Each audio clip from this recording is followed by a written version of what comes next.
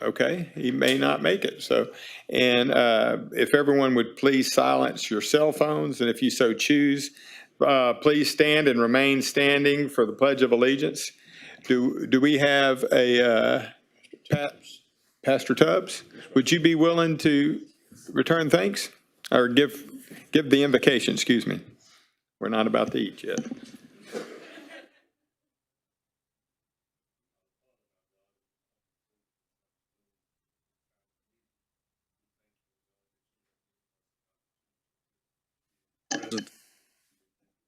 All things do work together for the good of those who love you and are called according to your purpose. And as we come today, God, we ask forgiveness of all of our sins. We ask you to blot out all of our transgressions.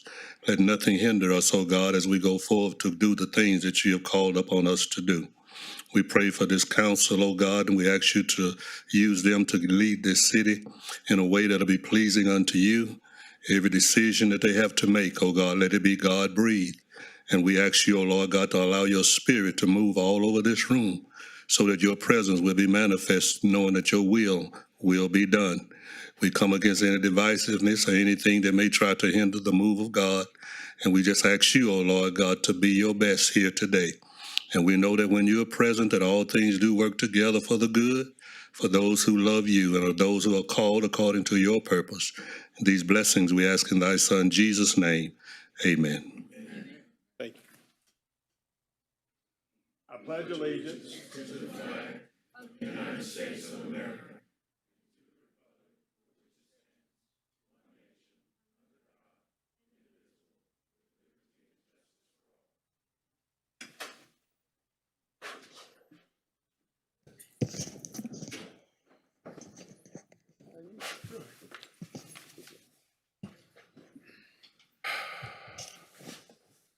May I have roll call, please? Mayor West. Present. Mayor Pro Tem Neal. Present. Councilmember Durio absent. Councilmember Getz. Present. Councilmember Turner absent. Councilmember Felshaw. Present. And Councilmember Samuel. Thank you. We have a communications update from our City of Beaumont Communications Department now.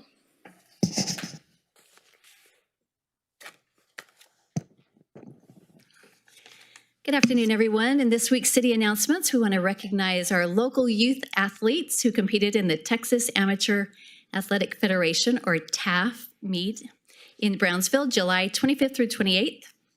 We had 130 students ages 6 to 18 participate in the Beaumont Track Club this year, and several of them qualified to go to the state meet, and of those who competed, we were able to bring home 23 medals. So great job to all the youth who participated in the program and worked to keep up their training over the summer. Get ready to head back to school with our special classic movie nights, including High School Musical this Friday, August 9th at the historic Jefferson Theater. Doors open at 6, the movie starts at 7. Adult tickets are just $6, kids under 12 are $4. You can check out the list of all the upcoming movies on the Beaumont Events Facebook page. And speaking of heading back to school, our 6 local libraries are stocked with resources that can help your child excel in the classroom. The TechShare databases provide resources like Mango Language Learning to help you tackle a new language, Learning Express, which provides practice tests and homework helps for grades 3 and up, and Tumble Books, which helps younger kids learn to read. The staff is also working to bring Khan Academy to our library system in the near future to help with a variety of subjects. Our local libraries also provide a quiet environment for studying, which is free of distractions that you might have at home. So stop by and help jumpstart your child's success in school this year. And Beaumont students will head back to class Monday, August 12th, and we wish them all a great school year. Thank you. And for those that are here for presentations and would like to leave, now's the time to do so. And thank you for coming.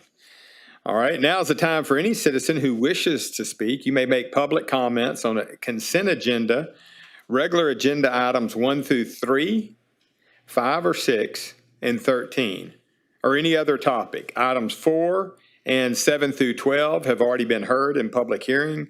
Therefore, citizens cannot speak on that item. The city clerk will call your name when it's your time to speak. When you approach the podium, please say your address, your city and state. You will have 3 minutes for public comments. The green light will come on when you approach the podium, and the red light will come on when your time is up. Please remember that you're not allowed to yield time to others. And please be reminded that myself nor council can respond whenever you're making comments, but someone from our office will contact you. I don't have any at this time, Mayor. Okay. Is there a motion and a second for approval of the consent agenda? Move to approve the consent agenda. Second. There is a motion and a second for approval of the consent agenda. Is there any discussion? All right, all in favor of approving the consent agenda, please signify by saying aye. Aye. Any opposed? The motion is carried. Thank you.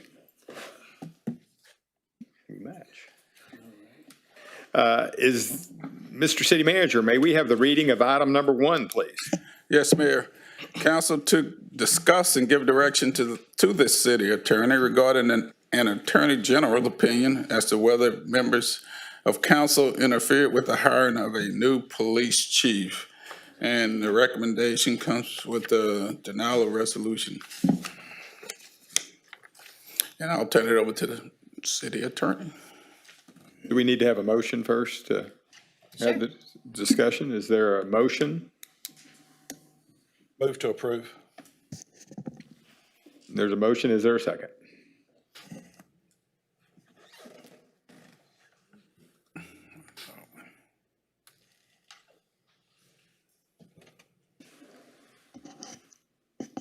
And it fails for lack of second.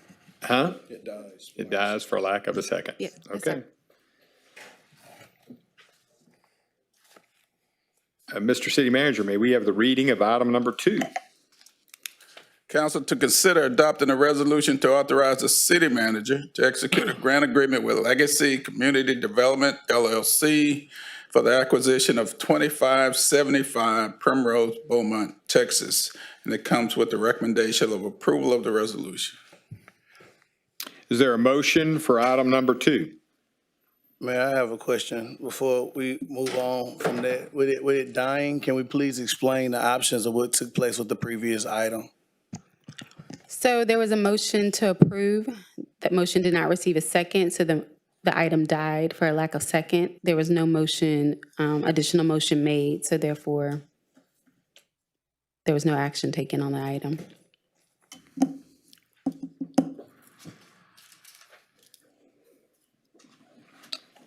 All right, has there, yes.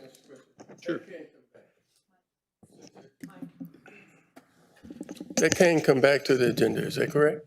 The item can come back to the agenda at the request of a council person with a second. Yes, thank you. And for clarity, because it's on the agenda today, before the meeting is concluded, it can be circled back if that's the desire of council as well. Yes. Okay, item 2, council to consider adopting a resolution to authorize the city manager to execute a grant agreement with Legacy Community Development LLC for the acquisition of 2575 Primrose, Beaumont, and a recommendation of approval. Is there a motion for item number 2? Move to approve. Is there a second? Second. There is a motion and a second for approval of item number 2. Is there any discussion? All those in favor of approving item number 2, please signify by saying aye. Aye. Any opposed? The motion is carried. Mr. City Manager, may we have the reading of item number 3, please? Council consider resolution to authorize the inspection of water utility service lines by Republic Meter, Inc. of Dallas, Texas. And it comes with the recommendation of approval of the resolution. Is there a motion for item number 3? So move for approval. Is there a second for approval? Second. There is a motion and a second for approval of item number 3. Is there any discussion? Councilman Neild? Thank you, Mayor. Mr. Manager, since this is EPA driven, is this going to be reimbursed to the city? I see Chris shaking his head. And Bart's not here. So. Molly. Molly.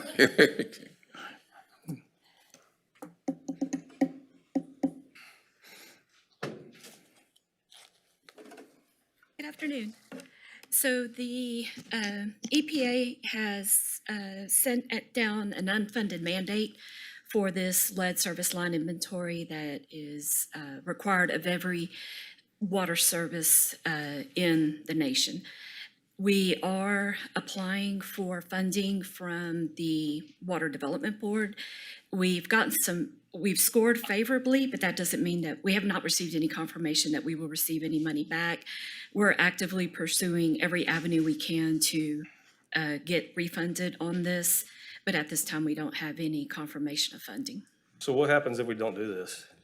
We will then be in violation, not just to the TCEQ, but to the EPA. And they've not determined yet exactly what those fines and penalties will be, but we expect that they will be severe. All right, thank you. Councilman Getz? I previously have been advised that we have found maybe one lead pipeline in the city of Beaumont. Is that accurate, or do we have reason to believe that there's? So far, we have identified one, and this survey work will continue to do that work. It is a best value since Republic Meter is already going to be inspecting the meters themselves, adding this additional task at each of the meters to identify, to meet the requirements of the inspection. We hope will yield positive results. There are many cities and municipalities that have encountered much more. So we are hopeful that because of our early adoption of being a lead-free city, that this will work out in our favor and that we won't have to run into this issue. And the one lead pipeline that was found, what was done with that, or is it still in the ground? We're still working on exactly, because it's on the private side, we are still working through how that is going to look. Because once you set that precedent for that first one, how is that going to continue moving forward? What are the opportunities for the customer to receive some kind of financial relief as they work through that? Because it's on the private side, we can't use city funds to do those replacements. Okay. Councilman Turner? Ms. Molly, what are some of the reasonings that there would be lead piping? And I mean, I'm glad you did let us know that the one that was found was on the private side, but can you kind of speak to some of the reasonings that could come about? It could come about because of the just of the age of the service. That was the state of the art at the time that those lines were put in. We are also investigating not just if it's lead, but if it is a galvanized pipe, because the galvanized downstream of lead, we have to certify that it was or was not. We're also doing the extensive lead testing at the services to make sure that our citizens maybe don't have fixtures in their home that are producing lead. But we're, other than that, once everything started going to plastic, then that, for sure by the 70s, that's when you started seeing more of the plastic pipes. Then the concerns about the lead and the galvanized lines started to greatly reduce. Okay. So the plastic more is the PVC that you kind of seeing a lot of people putting in? PVC, PEX, HDPE, those types of materials. Yes. Okay, thank you, Ms. Molly. You're welcome. Any other questions? Thank you. Thank you. If there's no other discussion, all in favor of approving item number 3, please signify by saying aye. Aye. Any opposed? The motion is carried. Mr. City Manager, may we have the reading of item number 4, please? Council consider a request for the conveyance and dedication of private streets and infrastructure to the City of Beaumont for property located at 2405 through 2499 West Calder Road. And that item comes with the recommendation of denial. But if council chooses to approve, an item would have to be include a plat produced by a licensed surveyor must be submitted to the planning office prior to final acceptance of the streets and infrastructure. All right, is there a motion for item number 4? Move to approve the request for the conveyance and dedication of private streets in this property. There is a motion. Is there a second? Second. There's a motion and a second for approval of item number 4. Is there any discussion? Or would that be denial? Is it, No, I moved to approve it, and that was a second. okay. Councilman Felshaw. City Manager, for the sake of clarity, could the staff explain to us it says an improvement district is defined area that allows a residence to find local or to fund local improvements through a tax-based bond. Could you expand on that just a little bit for clarity? I'm assuming that there's a tax for the residents of this neighborhood. They're the ones who have to service that debt. And could you perhaps give us a little more clarity on that? Yes, Councilmember, I'm going to ask our Director of Planning and Community Development, Ms. Ingman, to address that. Yes, so we discussed the possibility of an improvement district. What those are, you see a lot of them in like the Dallas areas and whatnot. Should citizens want certain things that are not necessarily identified in the CIP or things like that, then there is the opportunity to create an improvement district. Within those improvement districts, you have to have 60% of the property owners to be in favor to petition to council to create this district. That district would then be, it would be a funding mechanism to reimburse the city for costs to, in this case, bring the infrastructure, which is approximately $1 million, up to city specifications to then dedicate to the city. We discussed that with the applicant, Mr. Holloman, of this request, and he mentioned that the property owners were not in favor of creating that. And how that funding works is that, the city would fund the improvements and then come up with a assessment plan where each year those the special assessments would be levied on each property owner within that district. And so they declined that, and so now they are paying property tax, though, They do pay to the city of Beaumont, but they declined this option. They did. So the burden of this would fall on the city completely. Yes, sir. Thank you. Any other discussion? I would like to amend my motion and ask for the second to be with the condition that the plat be produced by a licensed surveyor prior to final acceptance of the streets and infrastructure. Would you agree with that, Mr.? Okay. All right, so there is a motion to approve item number 4. All those in favor, please signify by saying aye. Aye. Any opposed? The motion is carried. For the record, Mayor, can you make sure that you conclude that that was a motion with conditions? A motion with conditions, as stated. All right, Mr. City Manager, may we have the reading of item number 5, please? Yes, Mayor. Item 5. Council consider a resolution approving the purchase of stop logs for the Pine Street Water Production Plant, and it comes with the recommendation of approval of the resolution.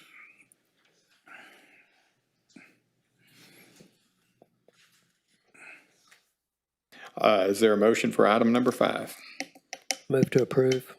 Second. There is a motion and there's a second for approval. Is there any discussion on item number 5? All those in favor of approving item number 5, please signify by saying aye. Aye. Any opposed? The motion is carried. Mr. City Manager, may we have the reading of item number 6, please? Council consider a resolution authorizing the city manager to execute change order number 5 to the contract with Gulf Coast, a CRH company, for the 4th Street roadway rehabilitation project, and it comes with the recommendation of approval. Is there a motion for item number 6? Move to approve. Is there a second? Second. There is a motion and a second for approval of item number 6. Is there any discussion? Councilman Turner. Yeah, for me, as always, I kind of struggle when we get to change orders greater than 2 and 3. We're currently at change order number 5. Can we kind of get into details of why we're in a place to where we're all the way at change order number 5, and there's more revenue that we're dealing with and more things we have. So change order number 5 is for a reduction in the cost. That's why it's in parentheses, so it's less money. We're at, $500,000 coming back. Okay, I still wanted to explain though. okay.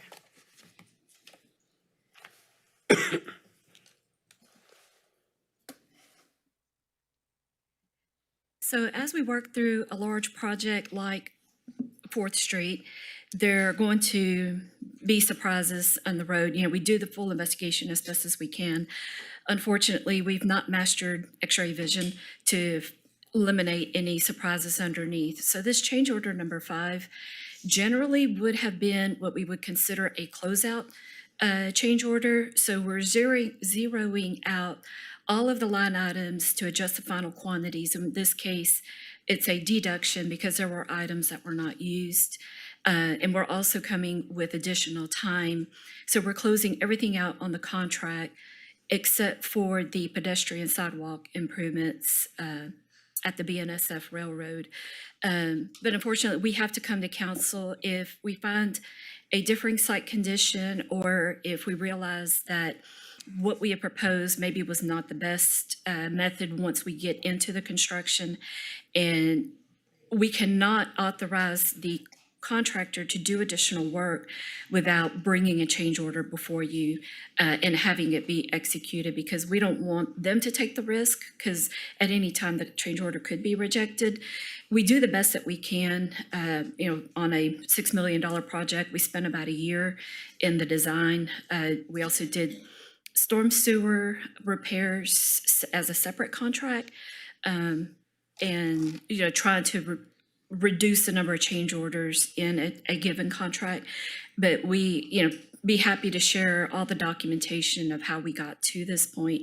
We really do want to try to reduce them, but at the end of the day, if we insist on reducing the number of change orders, it raises the contractor's risk in the contract, and we will see the contractor's not going to absorb that risk. What they'll do is they'll increase their prices, and so we want to make sure that we strike that balance as we move through the contract on the project management side.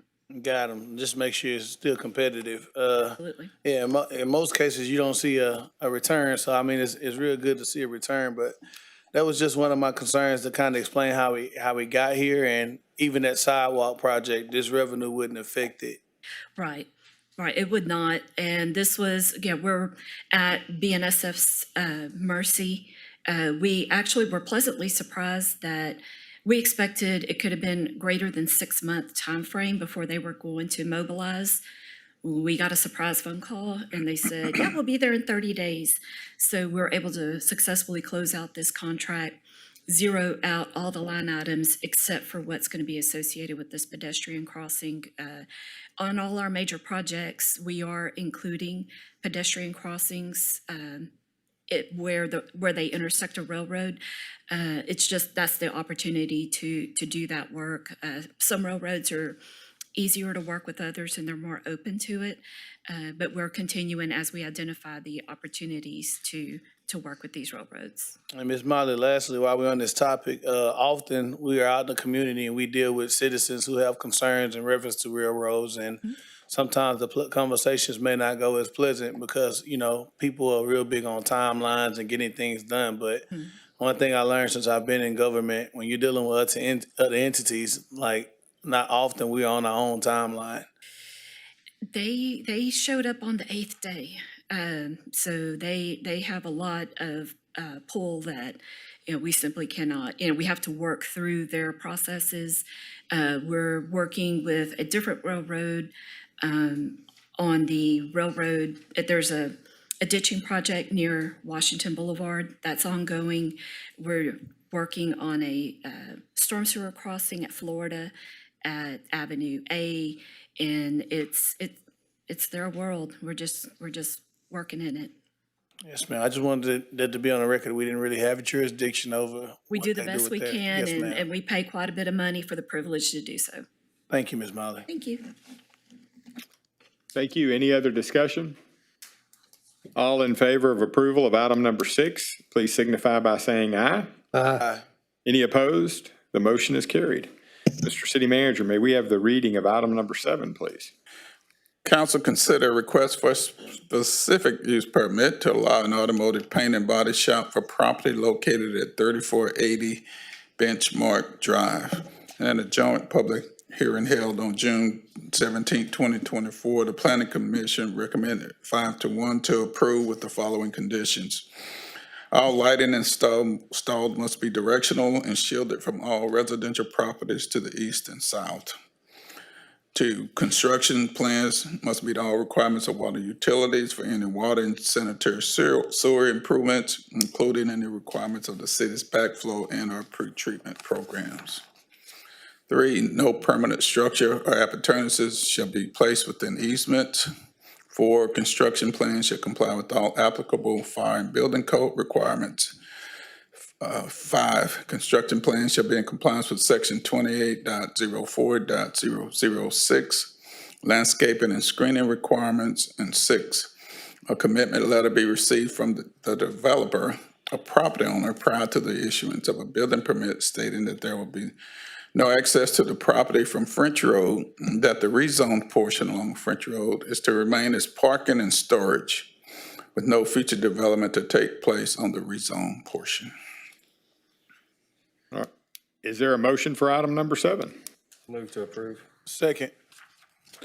So there is a motion and a second for approval of item number 7. Is there any discussion? Councilman Turner? These conditions, are they standard to what we normally do? Is it a reason that we see a few more? A lot of them are pretty standard. There's a couple though, like the lighting. I try to place that condition whenever there's residential that's nearby. The development, that was actually, or the last condition that was talked about or discussed at the Planning Commission meeting. And that was something that we received a lot of opposition in that area, and it was mainly concerned with increased traffic along French Road. So that was the agreement that they came to terms with in the Planning Commission meeting. Thank you. Those last two I just haven't normally seen, but I understand why once you explained it, so appreciate you.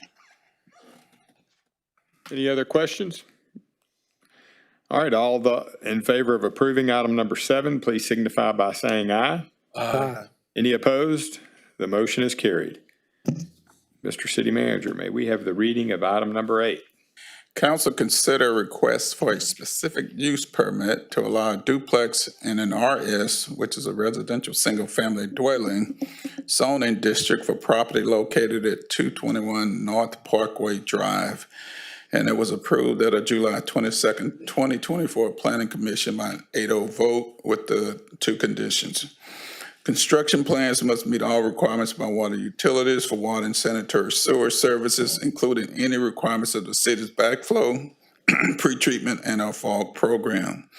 And 2, construction plans shall comply with all applicable fire and building code requirements. All right, is there a motion for item number 8? So move to approve. Is there a second? Second. There is a motion and a second for approval of item number 8. Is there any discussion? All those in favor of approving item number 8, please signify by saying aye. Aye. Any opposed? The motion is carried. Mr. City Manager, may we have the reading of item number 9, please? Okay, make sure my reading glasses are good for this one. Council consider a request for a specific use permit to allow a recreational vehicle park within an LI, light industrial zone and district for property located at 6185 Fannet Road. In a joint public hearing on July 22nd, 2024, the Planning Commission recommended 8-0 to approve with the following conditions. Shall be in compliance with section 24.06.008 minimum standards for type C recreational vehicle park. 2, shall be in compliance with section 28.04.006 landscaping and screening requirements.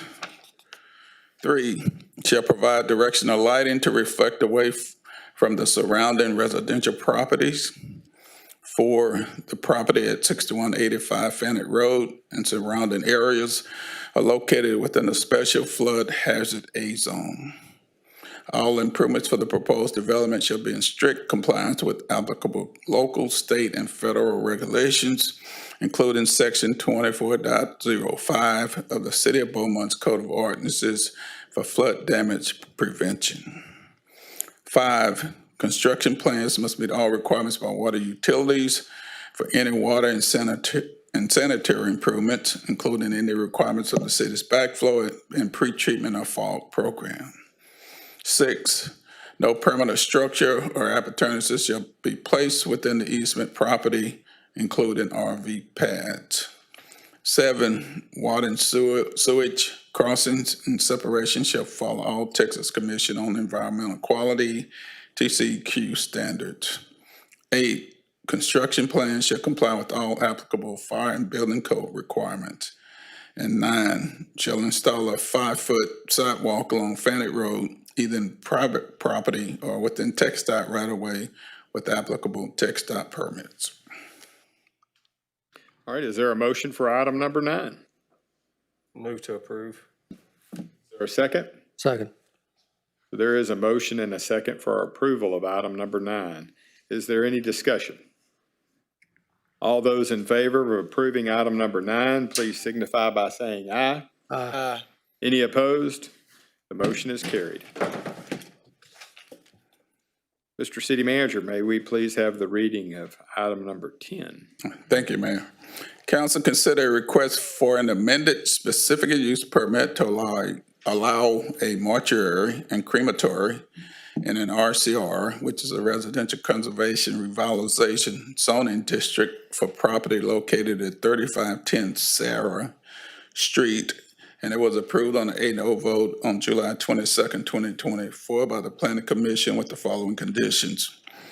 Construction plans must meet all requirements for water utilities for water and sanitary sewer services, including any requirements of the city's backflow, pre-treatment, and our fog program.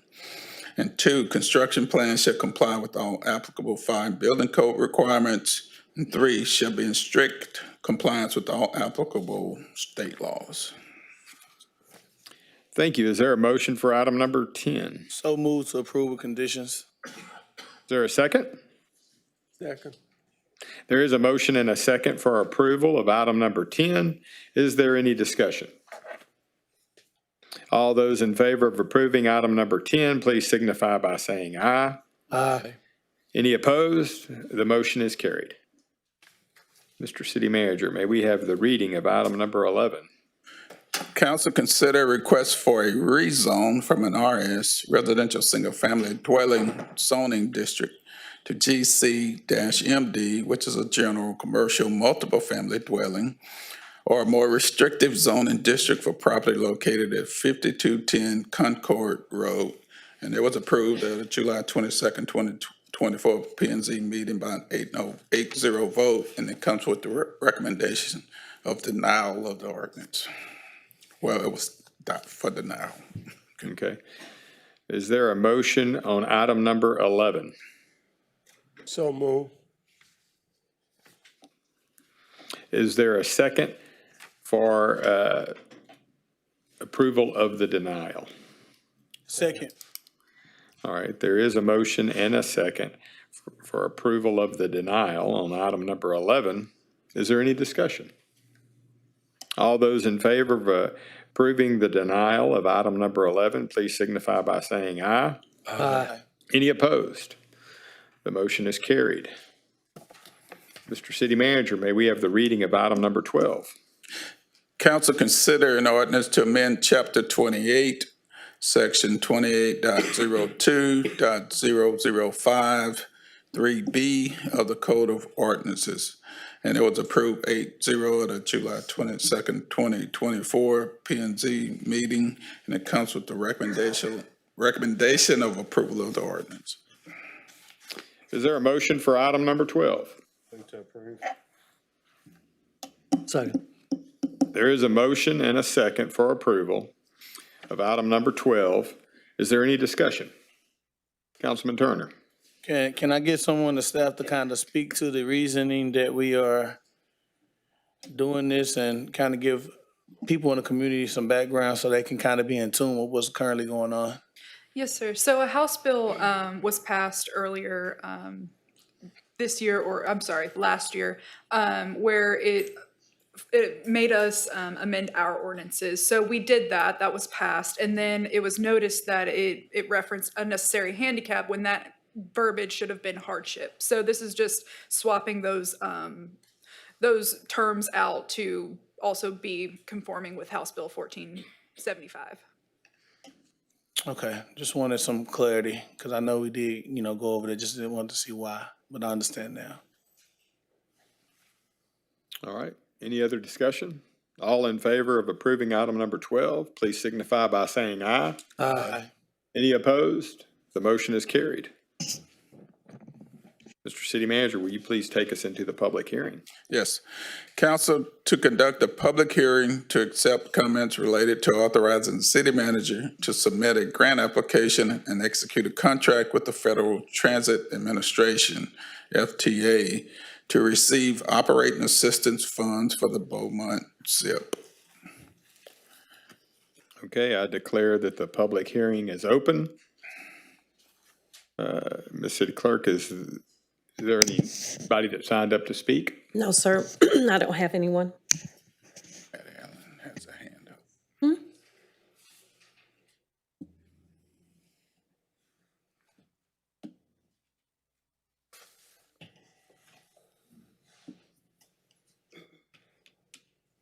Someone wanting to speak on the public hearing regarding this item? Which is just for the Beaumont ZIP. Yeah, we had a hand come up, but doesn't look like it, man. Okay, so we have no one. All right, we will close the public hearing. Mr. City Manager, may we have the reading of item number 13? Council consider a resolution authorizing the city manager to submit a grant application and execute a contract with the Federal Transit Administration, FTA, to receive operating assistance funds for the Beaumont ZIP, and it comes with the recommendation of approval of the resolution. There is a motion for is there a motion for item number 13? Move to approve. Is there a second for approval? Second. Is there a motion and a second for approval? Is there any discussion for item number 13? All those in favor of approving item number 13, please signify by saying aye. Aye. Any opposed? All right, the motion is carried.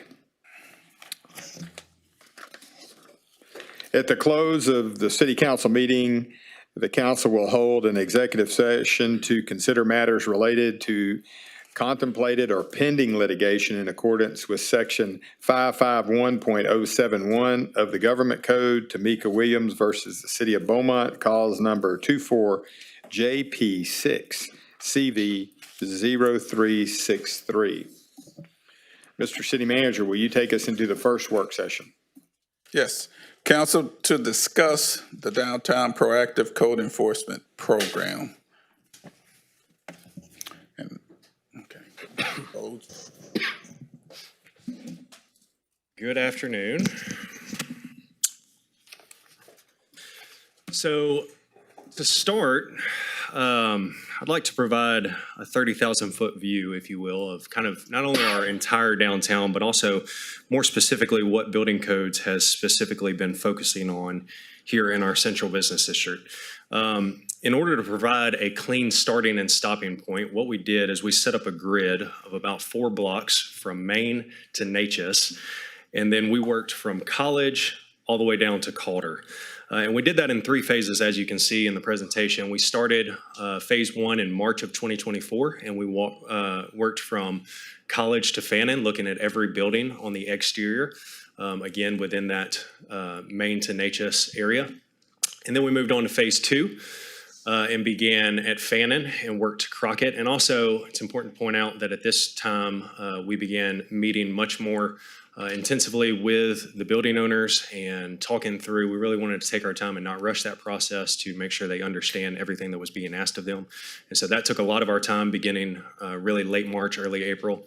And then moving into phase 3, where we completed the sweep from Crockett all the way down to Calder. where staff looked at every building in between that area. And again, even with phase 1 through 3, we continued to meet with property owners all throughout there, and we're still continuing to do that today.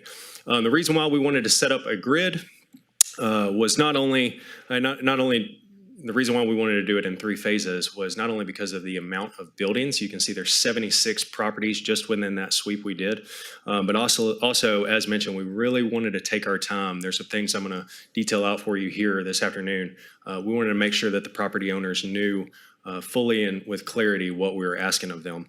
Also, interior inspections began in that process as well. So we started with exterior inspections, and then some of them, which I'll detail what merited that, some of them required an interior inspection as well, which I'll go ahead and point out. The property owners were incredibly gracious with that request, many of whom not only allowed us to do the interior inspection, but they also walked it with us and were there as we pointed out violations and were eager to see that those things be addressed. We were looking for unsafe conditions across the board, which I provided that definition straight out of the code for you, what an unsafe structure is. And the reason why we wanted to work with that clear, clean definition was, obviously, it's a clear definition, but we wanted to remain consistent throughout our sweep as we looked at each building. And just to make a quick note for clarity, generally speaking, our codes are for construction projects, meaning that if there's no construction, there's no violation. However, the International Property Maintenance Code, as well as the International Fire Code, these are maintenance codes. And so regardless of construction taking place or not, they provide and detail a standard which must be kept for all property owners, both commercial and residential, for particularly the Property Maintenance Code. And alongside that point, I think it's important to mention a common misconception here. That what we are asking of the property owners. Fortunately, thanks to you guys, we have adopted the International Existing Building Code, which puts emphasis on bringing the building back to its last occupied state. There's a lot of flexibility with this code book, and that's provided a lot of relief to the building owners. So to be clear, we are not asking owners to bring these properties up to the latest and greatest 2021 codes that we've adopted. We are asking them to address the unsafe items that we see, and then if they need to make larger repairs, they have enormous flexibility within the existing building code to get those done. When you consider this area as a whole, the area that we canvass, you can see that 67% of our buildings in this area are really in great shape. They're compliant, great shape buildings. However, we still have a lot of work to do with the unsafe building, 2 of which we tagged as an imminent danger. And I'm going to get more into that process in just a moment. Next slide, please. So I want to provide a clean look of staff's procedure in the code enforcement process. One of the most common questions I've received is, what's the end goal here? And I think this flow chart, if you will, provides clarity with that. There are 3 possible outcomes of our exterior inspection. It's going to be one of 3 options. Again, we're looking for unsafe violations only. And so it's either going to be compliant, or it's going to be unsafe, meeting that definition, or it's going to fall into an imminent danger, which I'm going to talk about in just a minute. But for now, I want to focus just on unsafe. In the event that we tag a building as unsafe, the response or lack thereof is going to have 2 results. Either the owner is going to enter into a work program, which, just to clarify for everyone on that, what we are asking and what we've communicated to these property owners is that we are not expecting all repairs to be made by the date that we prescribe. What we are asking is for progress. And that date gives us an opportunity to follow up with these property owners and check in with them, see how they're doing. And if progress is taking place, we absolutely want to do everything we can to work with them and extend that. But that's our hope, is to enter into a work program and really a partnership with these building owners so that we can approach this together. If we don't hear from them after all of our attempts to contact them, what we'll do is it'll be filed in court. And again, as we do that, as we file in court, our whole goal in that process is to get them to sign up for a work program. We want to meet with them. We want to talk about what we saw, and we want to work through a solution together. Beyond that, a couple of things can happen. I'll talk about the bottom part of this flow chart first. A lot of people, going back to what I get asked all the time, a lot of people think that boarding and securing is the end goal here. That is not the goal, particularly in the code. Boarding and securing is a temporary measure with a 1-year allowance before they have to make permanent repairs. Again, with the opinion of the building official, that can be extended if we see progress and understand the circumstances more fully. But generally speaking, boarding and securing is a 1-year shot clock that has started so that permanent repairs can take place, at which point we plan to bring back to council if that's still, that year expires, and get y'all to weigh in on that as well. But the other route is, as we meet with them, if we suspect structural concerns or that the vacant building is not being maintained and there's, the roof is caving in and suspect water damage inside, whatever it may be, or there is just a general complaint from a tenant with an occupied building, we will request an interior inspection, and that's what I referred to earlier, where they've been very gracious with us for those that we have requested. And what I want to point out here is that a separate work program will be started for the interior of the building. So those two timelines can move at different speeds. So the exterior will hopefully move at a quicker speed, and those interior repairs can be addressed separately in a different work program. But again, the big goal here is code compliancy across the board, not just boarding and securing. Can Yes, I sir. ask you a question? Yes, sir. Okay, you're saying code compliance is the first concern. Now, both are somewhat subjective. So are we saying some progress, or are we saying substantial progress? The way the code reads is in the opinion of the building official for a lot of these things. And so I'm going to talk about imminent danger in a minute, and particularly when we're talking about things that are threats to the occupants or even bystanders in the proximity of a building. A lot of that comes down to the opinion of the building official. But generally speaking, we need to see some movement on these buildings. Does that answer your question? Some movement. Again, we've developed, and I'll get into this more later, we've developed quite a good relationship with, as we meet with these, and we understand the circumstances, and they've outlined their plan to us, and they've outlined what's going on with certain circumstances. So we're listening well and trying to work with them to not come out extremely heavy-handed and just penalize them. But we are pushing to see compliancy met. I understand. However, some progress has been, I don't see that as being any different than what we've done in the past. Substantial, there may be a little more incentive to do something. But I'll listen to the remainder of your presentation. Yes, sir. But that concerns me. So again, safety is really the end goal here. So whatever the violation is, it comes down to safety, and a downtown we can really be proud of. And so I know building codes are a small piece of what most people want to see here, but it's a foundation piece, and we're grateful for your leadership and helping kick off this as we press forward in this process. Also, one small footnote here. This is where the vacant building registry could continue the work we're accomplishing here today. And of course, we have Ms. Ingman here to field any questions that may be associated with what that could look like, if so be it. Next slide, please. Quickly, I'd like to touch on imminent danger.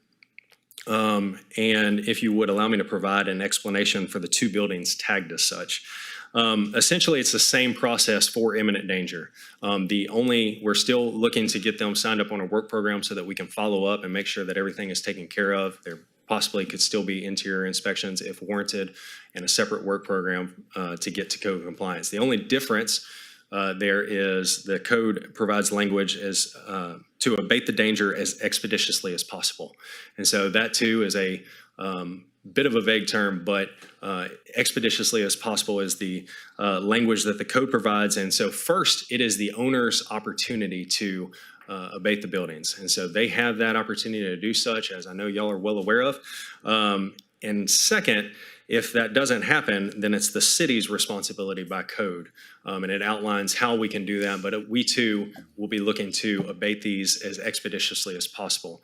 I'd like to clearly and publicly communicate with that, though, that if we do that, if the city takes care of it, we then undergo the legal process for the recovery of any cost to us. But once again, when dealing with boarding and securing, no matter who does it, whether it's us or the owner, it can only remain that way for 1 year by code. Next slide. Thank you. So how are we doing with all this? Well, first, again, an encouraging response to the work program. Of the buildings we've tagged as unsafe, 17 are currently signed up and have been communicating with us their plan. their intentions with the building, and that's been encouraging to hear. Then there were those who repaired swiftly and entirely so that there is no longer a hazard there whatsoever. So 2 were repaired entirely, 17 are communicating and working with us on what they are going to do to repair those buildings. And then for those that are either non-responsive or we filed in court on, we are going to continue diligently to follow up until those violations are addressed. It's just going to be a process that we work through with them. And I'd like to make known that this slide, Question on this. yes, Councilman Getz. Is it permissible to ask which buildings have been filed in court because owner not being responsive and city is now pursuing legal action? yes, sir. So my last slide will actually show you that in detail. All right, thank you. So speaking of that, I'd like to make known that this slide as well as slide 1 are available on our website, the Building Codes website, as a bit of a downtown dashboard. So if you could go to the next slide, if you use this QR code, you will be able to access our Building Codes website. Anybody can do this, where this information will be kept and updated regularly. So if you ever need an update quickly as you're talking with folks, this should be the most current available data available to you. We're going to be updating this regularly. And then next slide. So as you mentioned, Councilman, lastly, this is a visual of the addresses that we've been working with. In this visual, I think it's important to note that there are 13 different owners represented here. Our team is talking with these owners almost daily now, and we'd like to simply say thank you to them for working with us to take such an enormous step forward in this proactive plan. This time last year, much of this was just being discussed, and since then, thanks to your leadership, thanks to teammates like Delancey Wood and Boyd Meyer and other inspectors, plus our fire department, and thanks to Ms. Ingman's energetic leadership in our office, we're now seeing some real progress. And so thank you again for your partnership in this process. And if you go to the next slide, I'll be happy to talk through any questions or further comments. Can you go back to that last slide?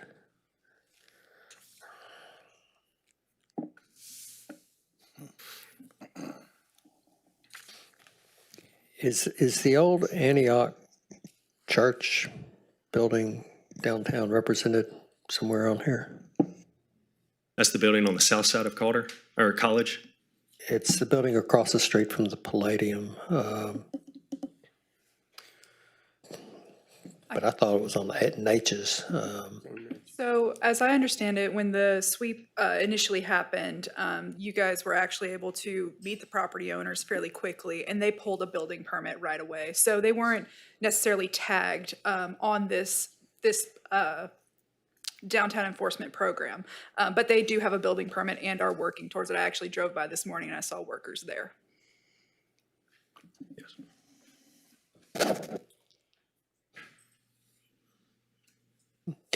One other, the old workforce building, which is in a terrible state, there's a work program that's designated here. What does that look like for that building? Yeah, so he has signed up for a work program. That one falls into the category of us taking the responsibility and as aggressively as possible getting it boarded and secured. Our plan is to see movement within the next month on that building so that we can get that boarded and secured ourselves. Okay, I'm not understanding. The city is having to take the responsibility of boarding and securing that building? That's correct. How does that square with the owner cooperating and being into a work program? Because if he won't even take the responsibility of boarding the building himself, how can we realistically expect that he's going to participate in a work program? So our ordinances allow for the owners to enter these work programs. At this time, he has entered into it. We have not seen the progress that we need to see to board and secure, and that's why the city is going to have to take those measures unless he comes forward and boards and secures himself. But at this time, he is allowed by ordinance to receive X amount of days, which I think is 150 at this point, to repair those through a work program. But if he does not board and secure, then the city may have to take action. Yes, sir. Yes. Yes, sir. Turn your mic on. Councilman Getz, you have more? Yeah. I just don't even know what to say, because it looks to me like the work program is the magic bullet that the owner can say, I'm going to sign up for a work program and just sit there. He's not having to board up the building himself. The city's doing that. He's getting another 150 days after years of the building sitting in the same exact state. The lack of progress is very frustrating. Whenever we board it up, is that point, are they out of the work program? Or is that still a part of that 150 days? I'll have to look into the code, but I do know that at this point, he does have the 150 days. Should he not board and secure, which he has not made progress towards that, then the city will have to board and secure. But I can definitely look into the code a bit more to see, if he were to not board and secure, what that does to his work program. Ms. Reed, is there anything the city can do, or us as a council can do to strengthen our ordinances on this to, not allow these conditions to just continue to linger and fester? So I believe that the ordinance is pretty well teethed, for lack of a better term. We do, and I know it's frustrating, but even though the property has, to use your words, set for a very long time, it still has to go through the due process. So if we're going to give a new property owner versus an old property owner, they're entitled to the same process. So going through the work program has to be given to equally, or the opportunity to go through the work program has to be given equally to each property owner, regardless of how long they've owned the building. And so what's really, I guess, like the concerning part is the due process part, which is the part we cannot eliminate. So a property owner should be still given the opportunity to go through the work program instead of going directly into court just because they've owned the building longer than another person, or haven't owned the building as long as another person. So there's really not a way to get around that. So for clarity, though, the 150 days, do we board it up before the 150 days, or is that at the end of the work program that they signed up for? Or is there two different timelines in there? It should be two different timelines. So we tag it. They have X amount of days. I think it's 30 days to board and secure. Correct me if I'm wrong. That building was also tagged as imminent danger, so. Okay, so that's as expeditiously as possible. So there's two at play. There's board and secure, and then there's also the work program. Did I answer your question fully? Right. So the work program continues beyond the time that they have to get the building secured. And if they didn't get the building secured, the city steps in and does that, but then files with the courts to get a lien. Yes, sir, because boarding and securing is supposed to be temporary. That's not the end. That's Right. not the fix. Understood. Councilman Turner and then Councilman Felshaw. All right, I listened to the presentation, and I noticed we did speak to boarding and security, but key term was in there for 1 year. Then after 1 year, my question is what's next? Because if the city goes in and we board and secure someone's property, and we do it for 1 year, then what's the next step? Because I noticed we gave that timeline of 1 year. What's next after that? Because I think some of the frustration of some council members up here, almost everywhere we go, we're asked about the progress of downtown. What's the next step? What's going on? I kind of feel like, my opinion as a council member, I kind of feel like we kind of been pretty stagnant as far as what's next downtown since we kind of came out with our vision and our plan for state of the city. That's just my personal opinion. So when we say that 1 year and we did the work and spent the revenue to do it, what's next? So they have to get a building permit. They have to bring that up to code. If they don't bring it up to code, then of course we're filing. I think that at this point, and this is for a separate conversation, of course, but the vacant building registry could work in concert with that. And I think that that's why that's going to be brought to you guys at a future council session here soon. But it needs to work in concert. And as far as the progress and whatnot, each day the violation is in existence it can be filed on. Each day is a violation. So we could continue to file every single day until, and try to compel the property owners to make certain repairs. But I do think that that's where also the added vacant building registry will come into play. On the flip side, we said 67% of downtown is compliance, and compliance is a good thing, but we still have that roughly 30%. And I'm noticing on here you have 5 building owners non-responsive, 3 that's filed in court. So I've said several times, and that's why I'm asking now that we're all together, do you feel like the meetings with the property owners were successful?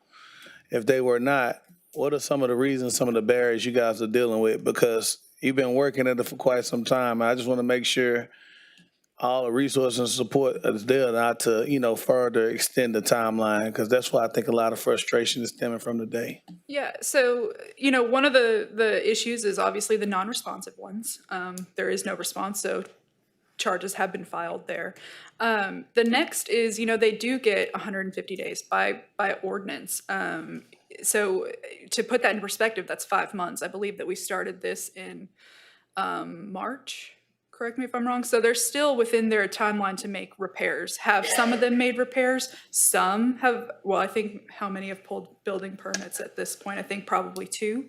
And then, of course, the Antioch Church that Councilman Getz mentioned, they've already started on theirs program or proactive enforcement program.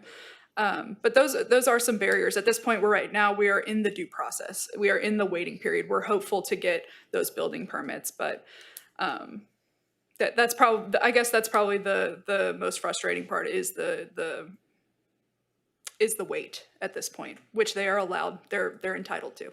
Yeah, and again, the lack of a response and the wait, that's what I mean when we're making these decisions and we have no response, that's just a concern. Did we extreme all measures? Like, how are we communicating? Well, are we sending letters, phone calls? Are we going by? Like, what are some of the tactics that we have used? Yeah, we're calling. I know our deputy building official, demolition coordinator have been calling each property owner often. Some are responsive, some are not. We've sent our violation letters in correspondence. We'll correspond in email. Again, it's just kind of that waiting period at that point, and hopefully with the work program that they signed and entered into, allowing them 150 days, that they will pull a building permit and show substantial progress. And then my last question is, I think one of the words, progress is great, but in this instance, it's kind of based upon our opinions. Like, from a staff, what do we call progress? Putting the board on the window, do we look at that as progress? Substantial progress, just kind of getting a clear understanding of what we mean by the term progress. I get it in theory, but yeah, actuality, like what are we calling progress? Yeah, and I can let my building officials answer that, but if we're trying to throw a percentage out there, they need to at least be 30% to 50% underway. We need to see something. It can't be like I changed a electrical plug and that's progress. That's not substantial. That's not enough. We need to see something. And again, to go back on what the deputy building official was saying, what we are identifying through these codes is unsafe conditions, and we need those unsafe conditions to be safe. And that's what we're addressing as far as, taking it that step further. Occupancy, what's to come in the next year, that is under different ordinances that y'all have requested us to research. Mayor, Yes. if I could just add, if you notice, a lot of the tiles up there are marked green, which, as we've been discussing, that they're in the 150-day work program. As you can imagine, the state code, which our ordinances are both based off of, give a wide latitude to the property owner to make the necessary repairs to bring them up to code, International Property Maintenance Code. So as you, again, looking at the tile, a lot of them are in those process. But I think we hear today, I think what we're hearing is that there, and I will say the discretion within the building official has a degree of discretion in the code. But I think what we're hearing today is that these building owners need to make progress, or we're going to be less likely to basically offer additional time. You may recall about a year ago, we were meeting with the court, and the municipal court, they, I think, heard us loud and clear, and I think they're interested in being good partners to making sure this happens. And so, again, as they hit those deadlines and miss those deadlines, I think what we're hearing is we want to file complaints until they're meeting code. Anything further, we'll go to Councilman Phelshaw and then back to you. I'm good, Mayor. Okay, Councilman. So Chris, my frustration is that we know that some of these buildings, the Gilbert building, Tunnel Hill building, for years, I mean, forget about 150 days, I mean, years, nothing has been done. Why? Why do we allow that? Why have we allowed that? Well, certainly due process, but I think that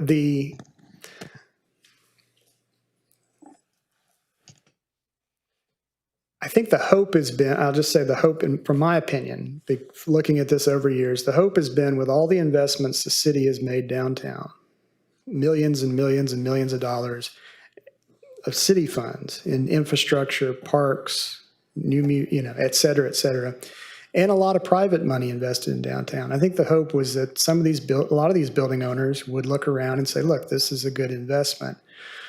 Unfortunately, over the years, more and more buildings have been bought up and left vacant without any investment. And so it's just my opinion. I think the hope was there that they would make that investment.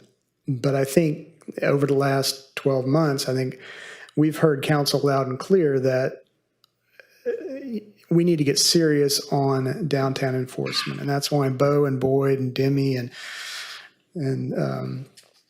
the whole team, Delancey, all the staff has been doing a deep dive into what do the ordinances allow and don't allow. Because again, as the city attorney pointed out, there is due process. And so we really kind of started afresh and started this process back in March. So again, you'll notice a lot of those greens that they're in the 150 day. But again, I think we hear loud and clear that we've run out of patience. And so as those greens miss their deadlines, I think what we're hearing is we don't want the building officials to offer broad latitude and more time and more time and more time, because this has been going on for years. I think what we're hearing is if they miss their deadlines and they're in green, they quickly need to be in municipal court. And what would that look like? In my opinion, it would be $1,000 per violation. We can say per day, but that does clog up the courts. And I'm not really too interested about that. I mean, some of these building owners, the only way you're going to get them to the table is by finding the bejesus out of them, whether every day. I mean, there's just nothing else that will make them responsive. Regarding some of them, I think you're probably right. And again, I'll mention again that Demi brought it up. We've talked about it a little bit. August 20th, we will be bringing forth the vacant building registry ordinance, which will go hand in hand with this, because again, I think the patience has run out in getting these buildings safe. And for further clarity, the purple and the green, or at least that's how I see them, they're either going to move into the filed in court or the repaired entirely columns. And the purple right now, when will it be that they move to, which are the non-responsive, to the filed in court? So right now I know that, well, they should be moving quickly. It kind of depends on, and I know that Delancey has that, I'm sorry, my demolition coordinator has that information on hand, but it depends on what phase that they were in. So if it's non-responsive, it'll probably soon be into filed in court. Councilman Turner? Yeah, Mayor, that's one of my concerns about non-responsive. And we speaking of due process of how we're actually talking or communicating with building owners that are just completely non-responsive. Phase 3 was the only non-response. Phase 1 and 2 have all responded by this point. Councilman Getz? This purple line, it has 5 different addresses. That's what I was looking at. So this would be for city attorney, we file something in court. A citation is issued, presumably served upon the building owner. They have approximately 3 weeks to file an answer. So these, I believe, are filed in municipal court. So it's a violation of our ordinance. If it's filed in civil court, council would need to give permission before that happens. So these were filed in municipal court. And so there will be a citation issued or a summons issued for the violation of our city ordinance. At that point, it's either a fine issued or the judge says in lieu of a fine, you can bring the property in compliance within 30 days. So how are we looking on these 5 that are filed in court? What's I going on? wasn't privy to this presentation before today, so I don't have an update on any of these properties, but planning might. I'll ask my demolition coordinator to come up and see if their court date has been set.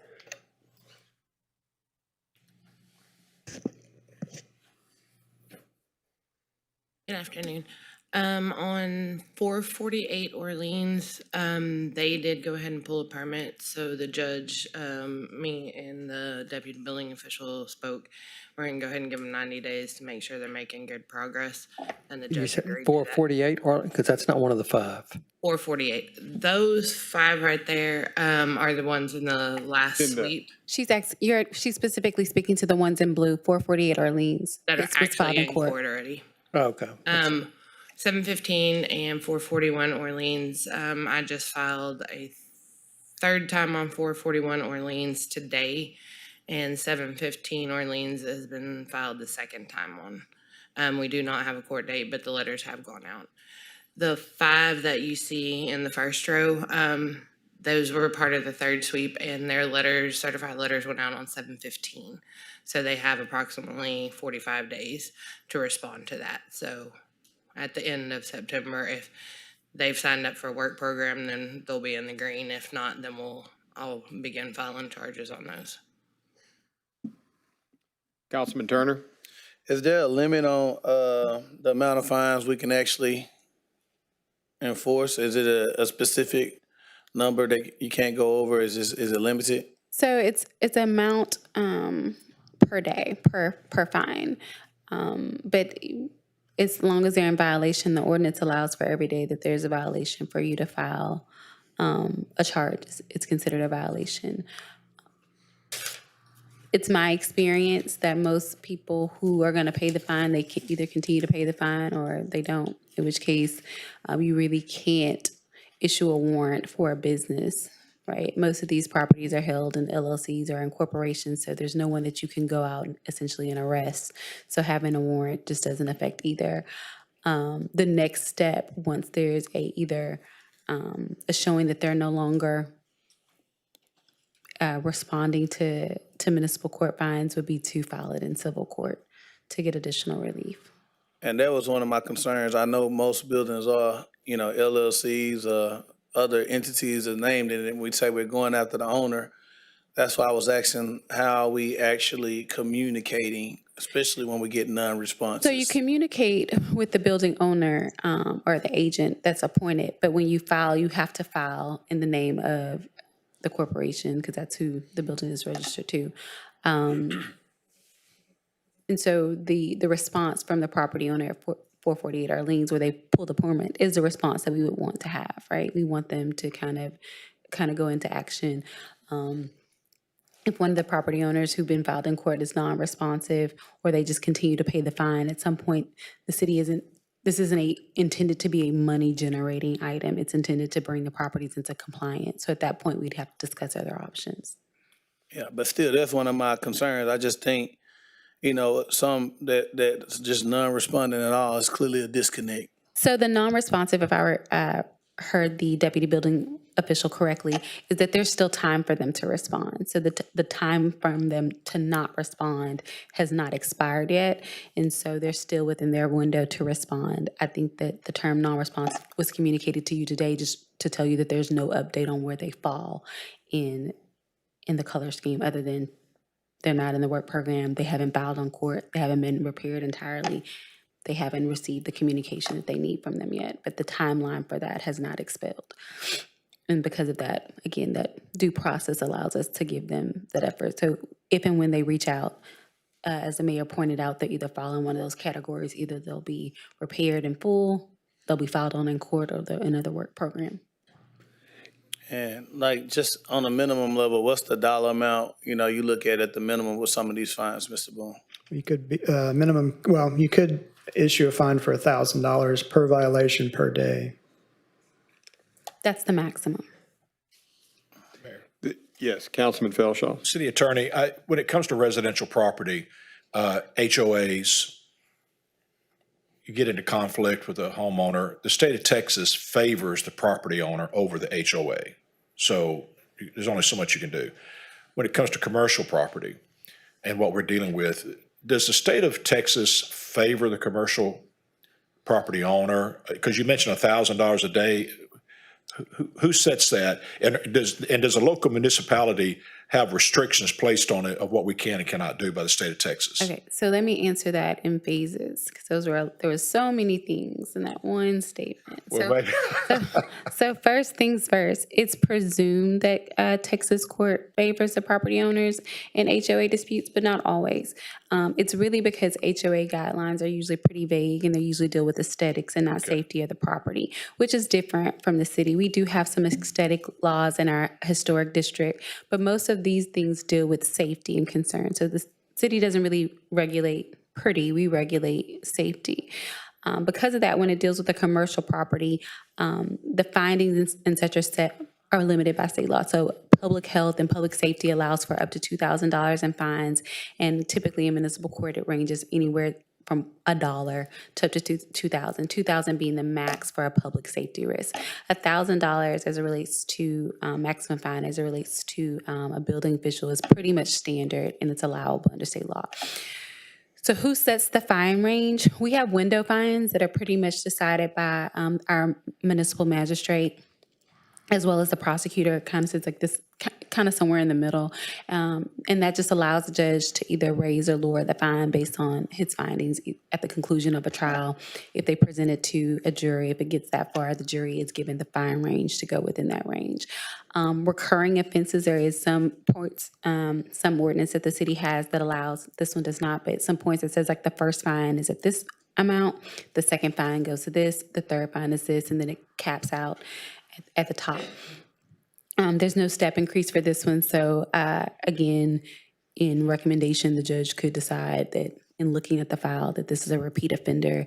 And so even though the window fine could be set at $250 or $500 for this particular offense, he can say, I want to go up to the maximum of $1,000 because I've seen you in my court so many times. Okay, thank you, Mayor. So, Councilman Samuel. so am I hearing correctly that the judge still has discretion to waive a fine? The judge can waive fines at his discretion, because if in the case of 48 Orleans, where by the time the case was presented to the court, the property owner had already pulled permits, and so the judge, in lieu of pursuing, criminal charges or assessing a fine, said that I'm going to allow extensions for the property to be completed. That's the court still has discretion in doing that.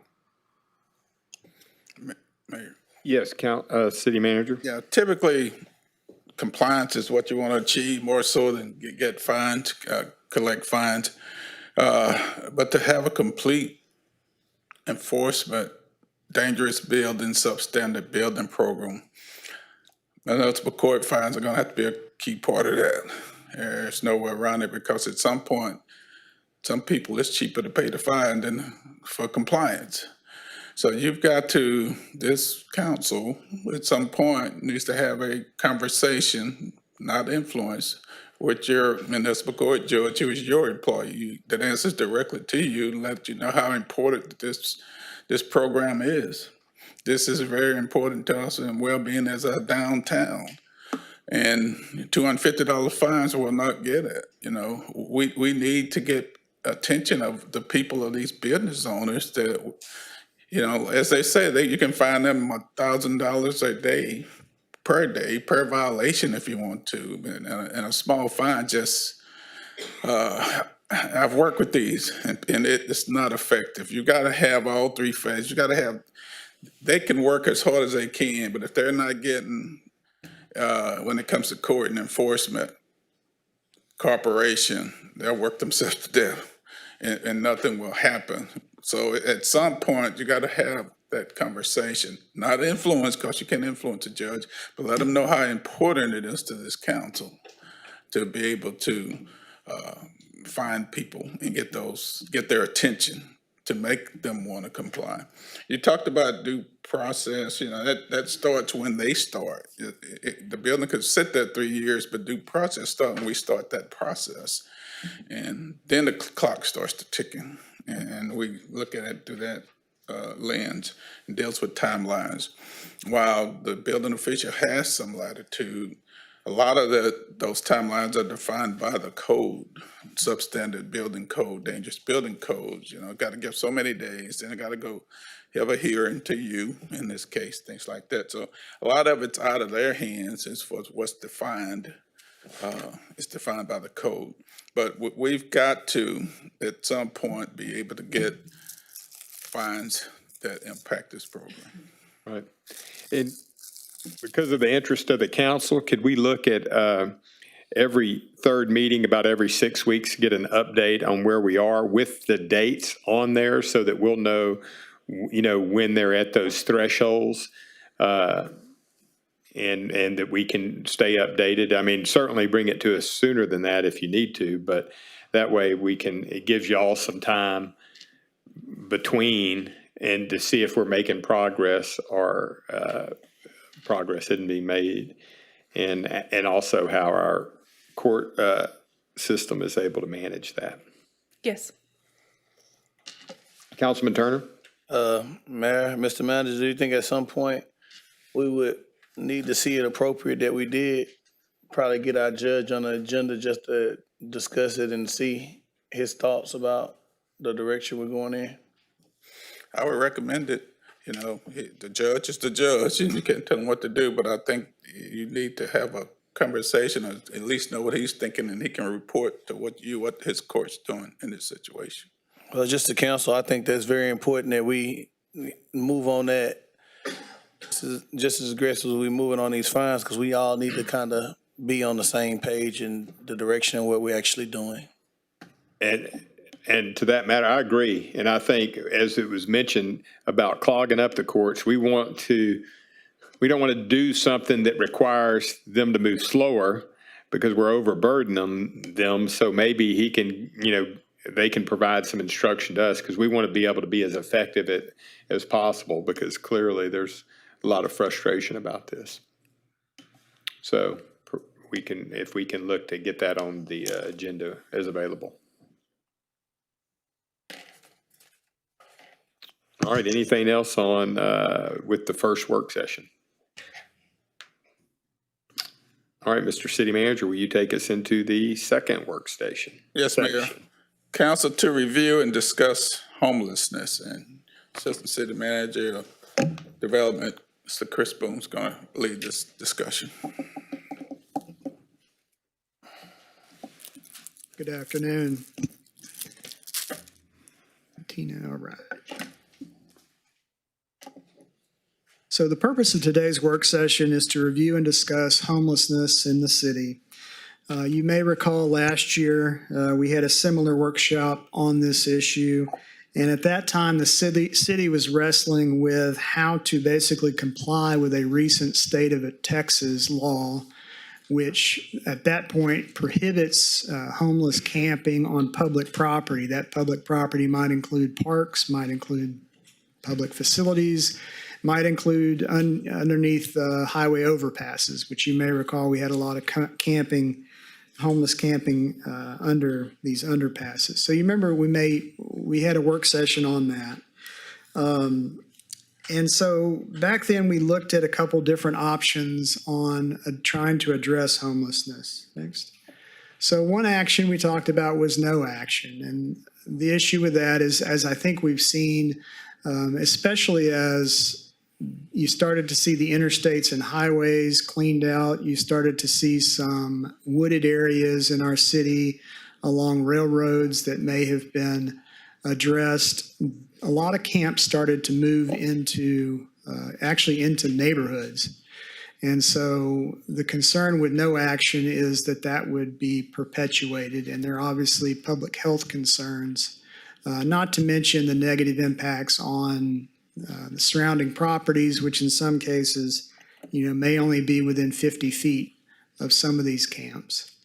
And so you may recall we've gotten some complaints on an ongoing basis from some of these neighbors. So that was one option, though. It still is. So another option would be that we talked about last time too, would be a city-funded primitive or shelter camp. And so in this case, again, we looked at, in some cities going back were just simply setting aside a space for camps, what we call primitive camps, so like tents to be set up. They might have some bathroom facilities, some cleaning facilities, but it would just be a place. And we also looked at some pallet housing, which allowed for a little more structured placement. The issue with this, of course, is cost. There was the initial cost estimate of anywhere from $250,000 on up, not to mention the ongoing operating costs. Because if the city were to sponsor something like this, of course, the city would be responsible to make sure that it operated properly, safely, and in a proper public health manner. And so that ongoing cost was an issue. Then finally, we talked about how in the wake of that Texas law, the HB 1925, the state started to require that if cities were to set up these locations, that the city would have to get a permit from the state of Texas to operate such a facility, which required a variety of amenities to be included in terms of access to healthcare, access to transit, cleaning and washing facilities, et cetera. And so that was another option that we looked at as well. Next, please. And this is just some headlines I shared, I think last time, where cities that had been setting up these established kind of sanctioned camps were really struggling with the effectiveness of these camps. In some cases, issues of management were certainly an issue. In some cases, cities would set up these camps, but no one was taking advantage of the benefits that were provided for them.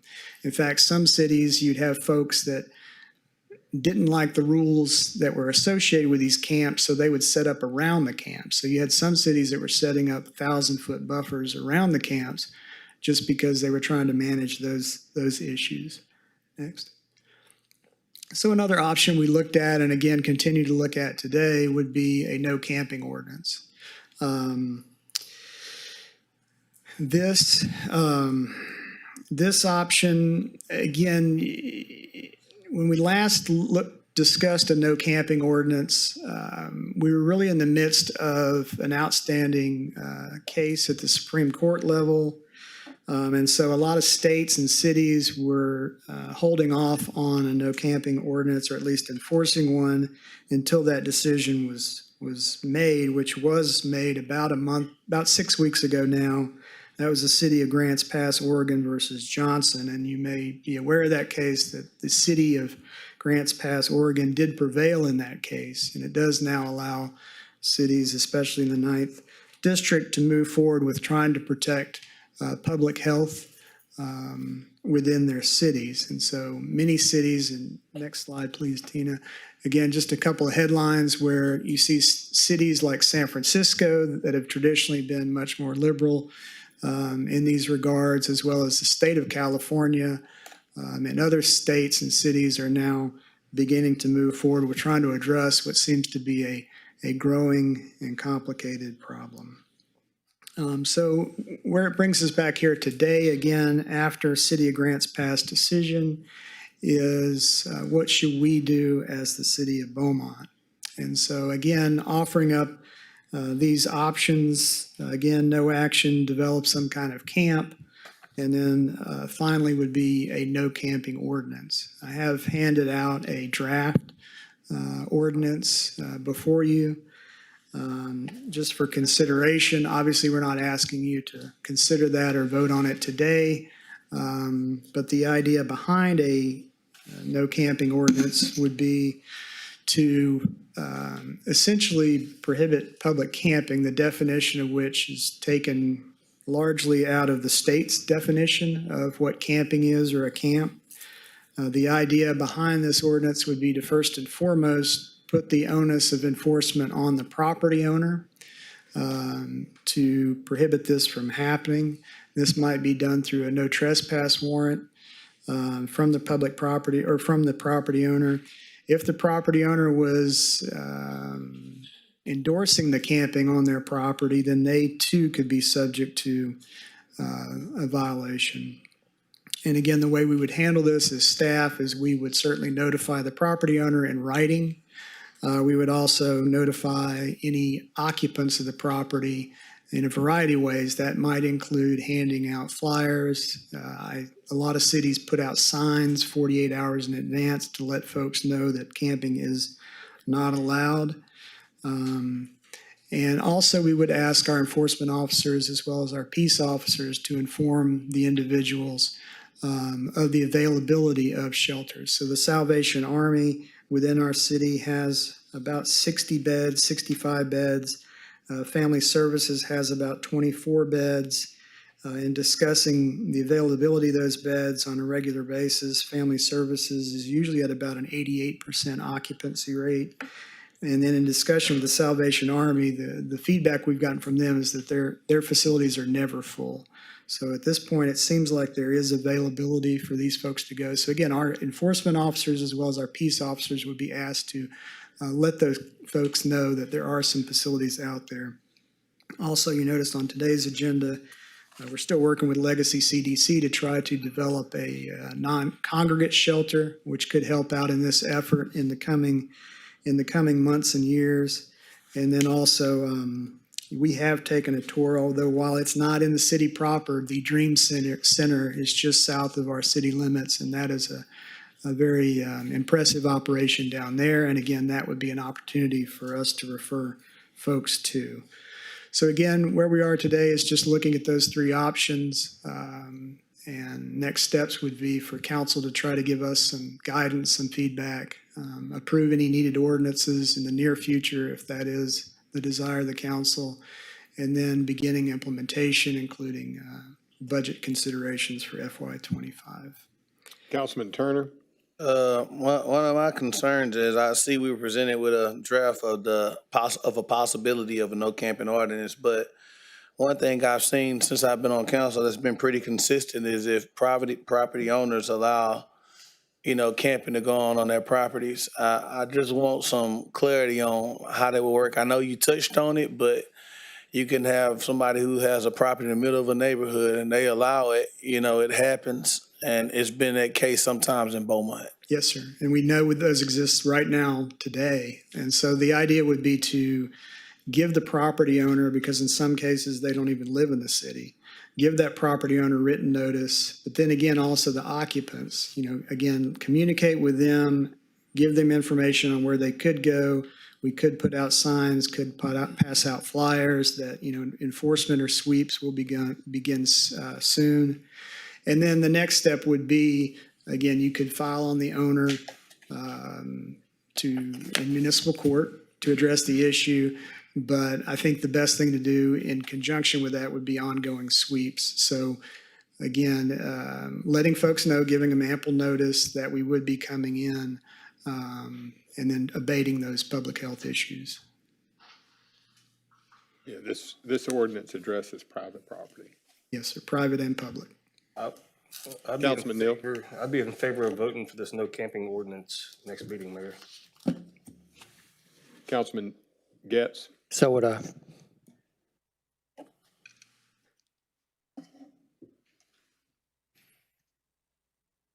Councilman Felshaw? Just to clarify, just to make sure I understood you correctly, and my reason for asking this question is because I think it was Thomas Jefferson who said you measure a society by how it treats its weakest people. I've always wanted to approach this issue with compassion, but yet it's an issue that has to be addressed for all the citizens. So you're saying that you feel there are enough beds, empty beds in Beaumont to accommodate our homeless group demographic, but they're just not taking advantage of it. Because I've always had a question of how many homeless do we feel like we have in Beaumont? What's the count and how many beds are available? Yes, sir. So the latest count was the point in time count earlier this year, and the count did come back at just over 400 unsheltered. So that is a good amount of folks. As mentioned, if you don't include the Dream Center, we have about 100 beds locally. So that's, you're at a 25% ratio. Some cities and states have higher ratios, but most don't have a 1-to-1. To your point, it is a complicated issue.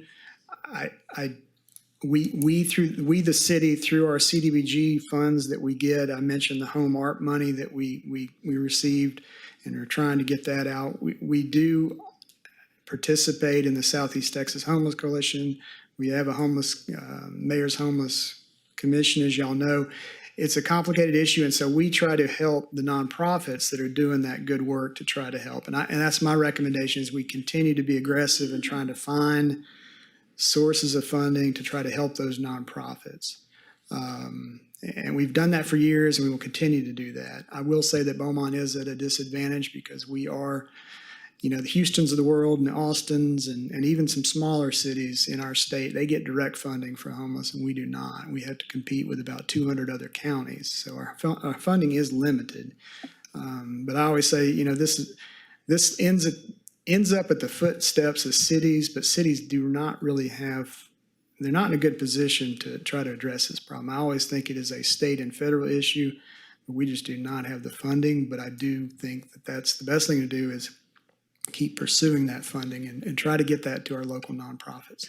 And I understand that even if we had 1-for-1, there's a certain percentage of that demographic you're never going to get them in the facility because they don't want to be in these facilities that have rules and requirements. And so I get it that they're not going to want to go in there. But you're saying right now our beds that are available, we're not full. That's the reporting we're getting from Salvation Army. Yes, sir. Thank you. Councilman Turner, then Councilman Getz. One of my questions, I know we have a homeless coalition, but I'm just really interested to see the perspective. Did you discuss this with the actual members of the coalition? The majority of the members of the coalition in support with the direction? Because in my opinion, a lot of these people who do this daily are what would we consider the experts in reference to it. So have we got feedback from the participants and the people who actually do it daily? Yes, sir. So we've been meeting, that coalition's been meeting for multiple years now, and this same conversation is what we have at those meetings, and we're struggling. We've talked in the past about a camping ordinance, and if that's the council's desire, we can certainly, bring it to them before we bring it back to y'all. But the frustrations that we're having here today, that's what Councilman Getz served as that chairman for a long time, and it's the same kind of discussion as to no simple answer. But Councilman Getz. Well, I said a minute ago I would support the no camping ordinance, and I do. I would propose a hybrid with the primitive camp being an option, because what you just said is true.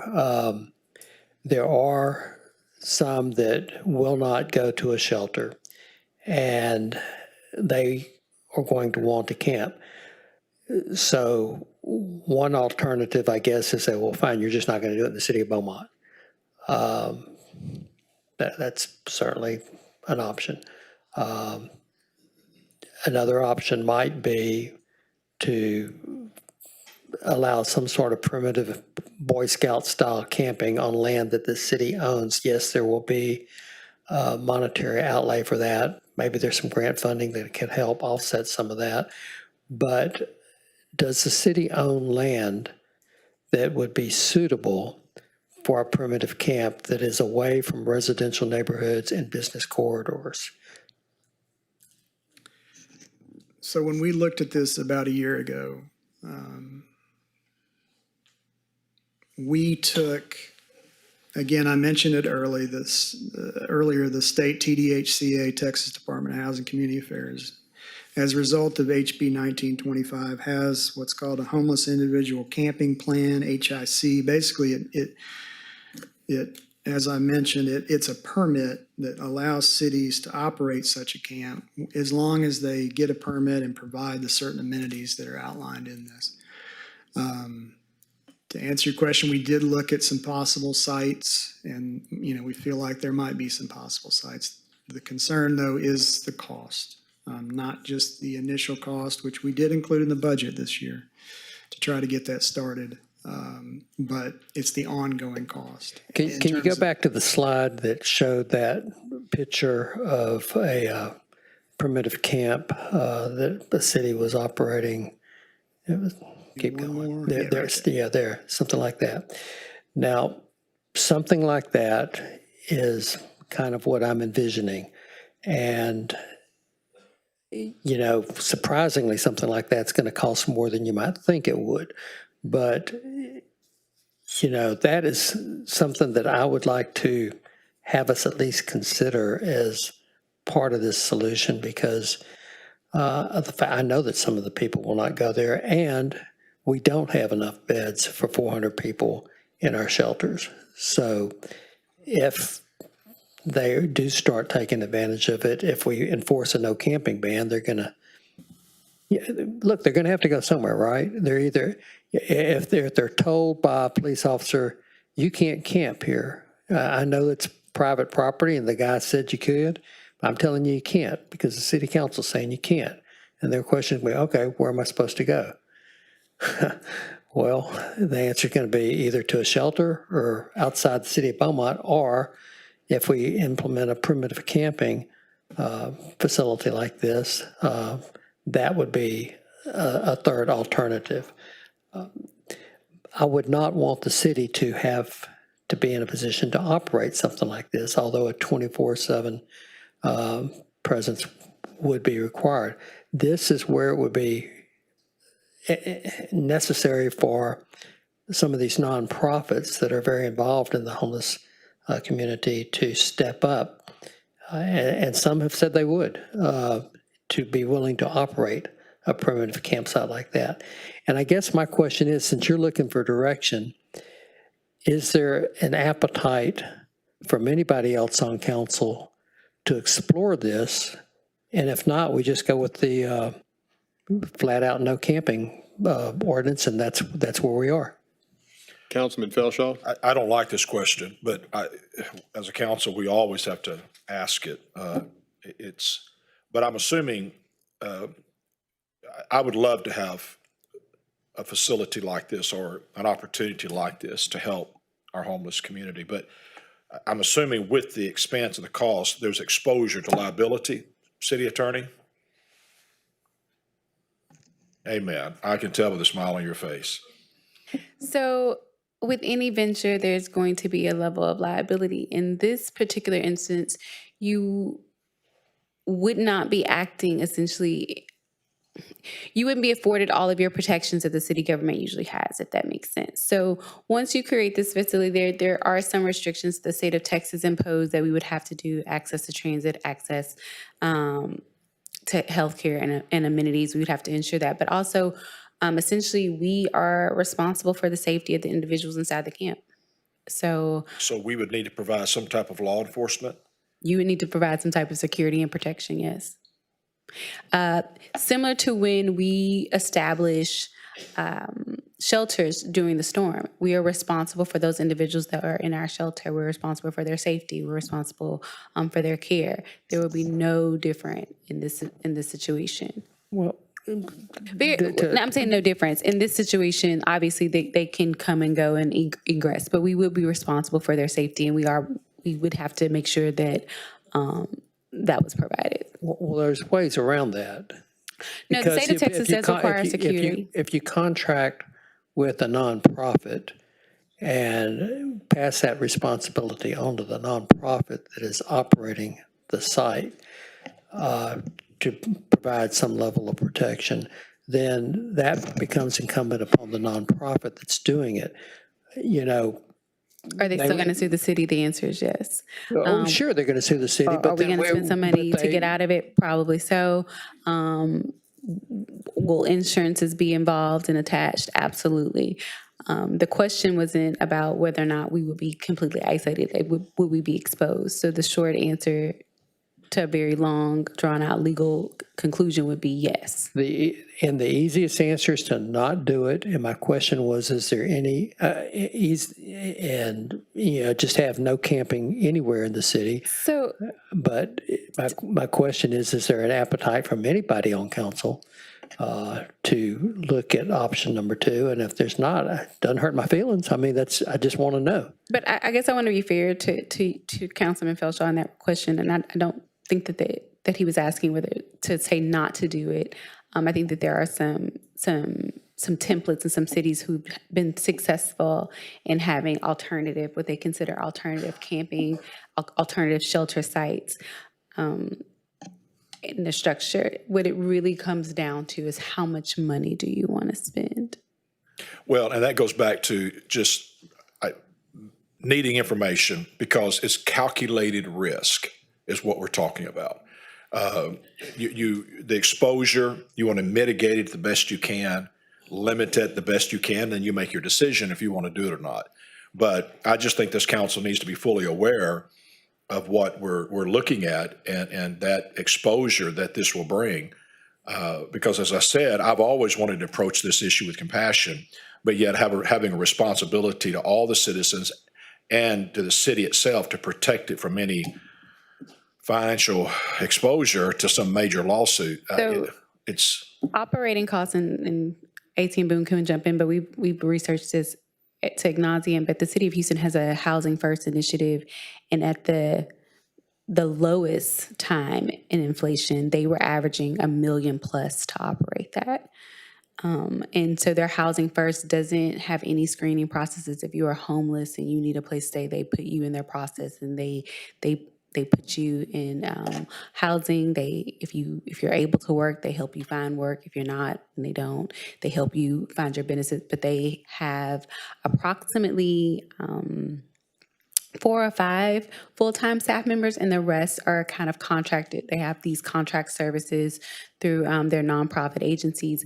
But that $1 million in operating, very low percentage, maybe less than 5% for salaries of those employees. Everything else was purely around housing and services that they were providing.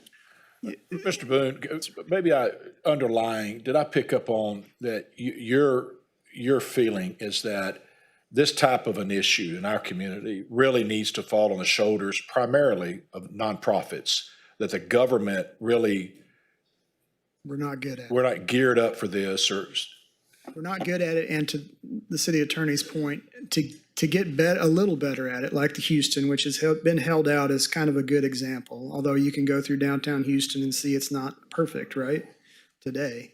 And that is, it's very expensive. It is, because you've got to, it's not just shelter, it is, you've got to surround some of these folks with a lot of services, which means caseworkers, which means nonprofits, the constellation of which that Houston has, we don't have. You look at interim housing, you look at permanent supportive housing, where you've got, it's not just an apartment where you can give somebody the keys, it's got to be a whole bunch of services around it. And they're able to make progress over there. And then it's other housing. So it's just very expensive. And so, What he's not saying is that we have 400 now, but once we have an initiative to provide services, that 400 becomes 800, becomes 1,000. And before you know, we have a much bigger population that we're trying to house, and that just kind of ups the cost. And I think that's a very hard thing to admit. But Houston started off with a very contained homeless problem, and there's no end in sight to the tunnel to their Housing First program, because every day there are more people getting off the bus in the city of Houston and coming to the city of Houston because they heard that there was free housing there. And to that point, we're on a disadvantage because we are on I-10, which is a corridor. And so we are in the Sun Belt, so the climate's a little bit better than some parts of the country. So, and again, I think because of, well, I'll leave it at that. Councilman Neal? Thank you, Mayor. So back to Councilman Getz's question, I couldn't support the primitive camps for the simple fact that the facilities that we have now are never full. And so I think until you have a situation where what we have now is full, why would you do more? I mean, they're not going to use it. I think to Councilman Neal's point, I'm sorry, real quick. Part of what we also were talking about, and I didn't include it in my presentation, but was to stay in communication with Salvation Army and Family Services and hopefully Legacy if they get up, and as well as the Dream Center. And if they ever get to that point where they're at 100% and they need more help, in my opinion, again, let's try to get them some dollars to expand their operations, because they're a lot better at this than I think we would be. And the only thing I was going to say, Councilman Neal, is we know that there are those that just will not use a facility, even if it's available, and not they just won't do it. So, I mean, obviously one solution is, okay, well, here's a ticket to Houston. You can go over there. That's...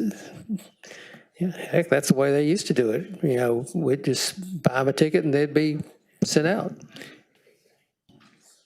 So, Councilman Samuel? So I do want to make sure I understand, what are we saying with this proposed camping ordinance?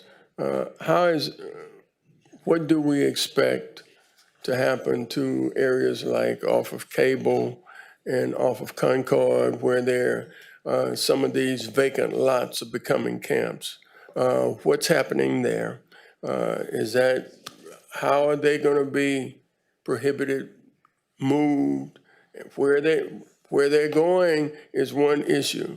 We're also looking at that's going to impact our law enforcement and jail. All of those things are become a part of this whole issue, and I hope we're looking at that. I can't support the primitive shelter camp, not because of my inhumane feeling, but I've understood that many of those that are homeless are not willing to go into facilities. So are we really resolving that issue, or are we making it? I just need to hear more about how this is going to be implemented, how we're going to deal with my concern and the elephant that's in the room. Where is it going to be? So I'm just concerned about how are we going to deal with this, and how is it going to be equitable for all? And are we going to overtax any particular areas of our city?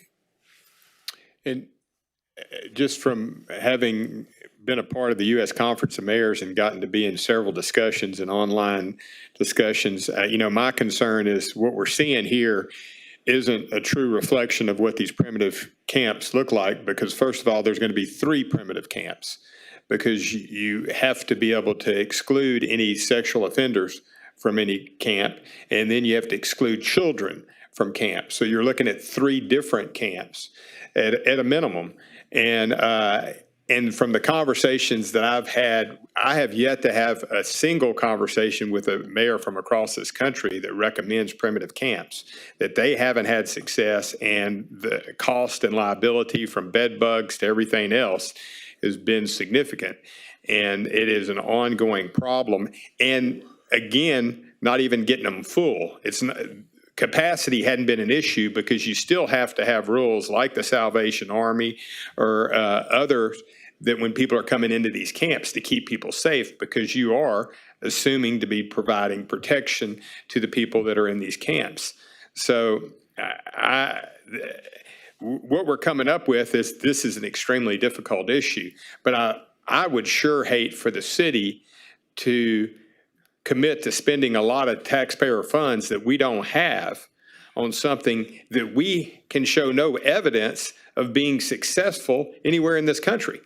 So and right now, ignoring the fact that we have homelessness in our neighborhoods that is affecting property values and affecting people feeling comfortable letting some of their kids out to play. I think we have to address that as well. And currently, we haven't been addressing it. So I think no action by this council is failing our property owners that are paying property taxes and expect a degree of safety. And so I would certainly propose that we take action. I know that Chris Robertson has taken over the chair of the Homeless Coalition. They now have under their roof at Henry's Place several case managers. They have made great success in transitioning people out of homelessness that are interested in being homeless. And I'm sure he would be happy to provide those numbers because they are tracking those and they have provided them at the Homeless Coalition. And I think, as I know myself, we want to help anybody that wants to help themselves and provide them services to whether it's mental health services, addiction, transitioning services, work placement. But for those that just want to live off the grid in our city that's affecting other property owners, I think we have an obligation to them as well. So it is a difficult issue, but I just hate for us to take no step at all at this point. Councilman Getz. Okay, so what I'm hearing is option one is not an option. We've got to do something. There does not appear to be an appetite for option two from any other council member. Nobody has embraced that. So that's off the table. That leaves option three. So my question to you, Chris, is do you feel like you have direction? Yes, sir. Yeah. Councilman Turner. Yeah, I actually am open to multiple options. As Councilmember Gates said, I was when we brought it forward the first time. But if the majority of the council isn't, that's just what it is. You know, my biggest thing is, again, we're saying we're going to move them, but the question is to where? And at some point, you got to be realistic. These are people. So my question is, yes, we're going to move them, but to where? Are we saying we're moving them out of Beaumont?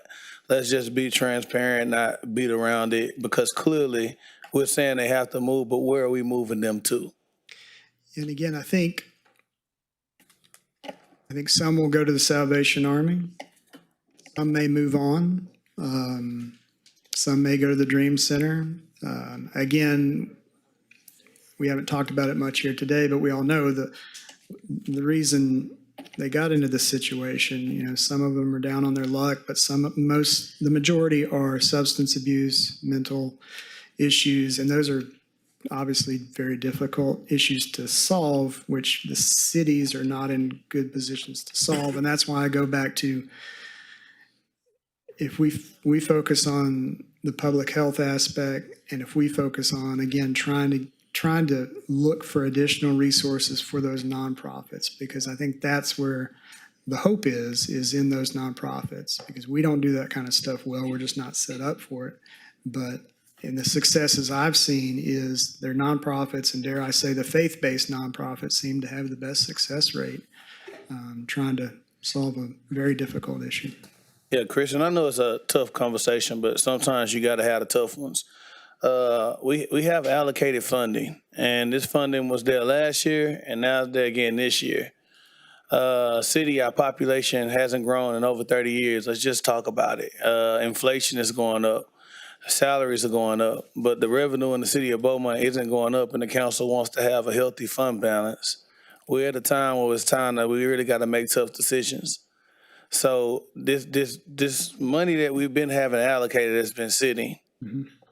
I just want clear direction of what's the plan we're going to do with the funds that have been allocated. Are we going to work with nonprofits and support them, or like, I just don't want it to sit if it's a need. I need to know what we plan on doing with it. Right, so if we move forward with option 3, those funds would be, help us in doing the cleanup, doing the outreach, getting us to where we need to get to.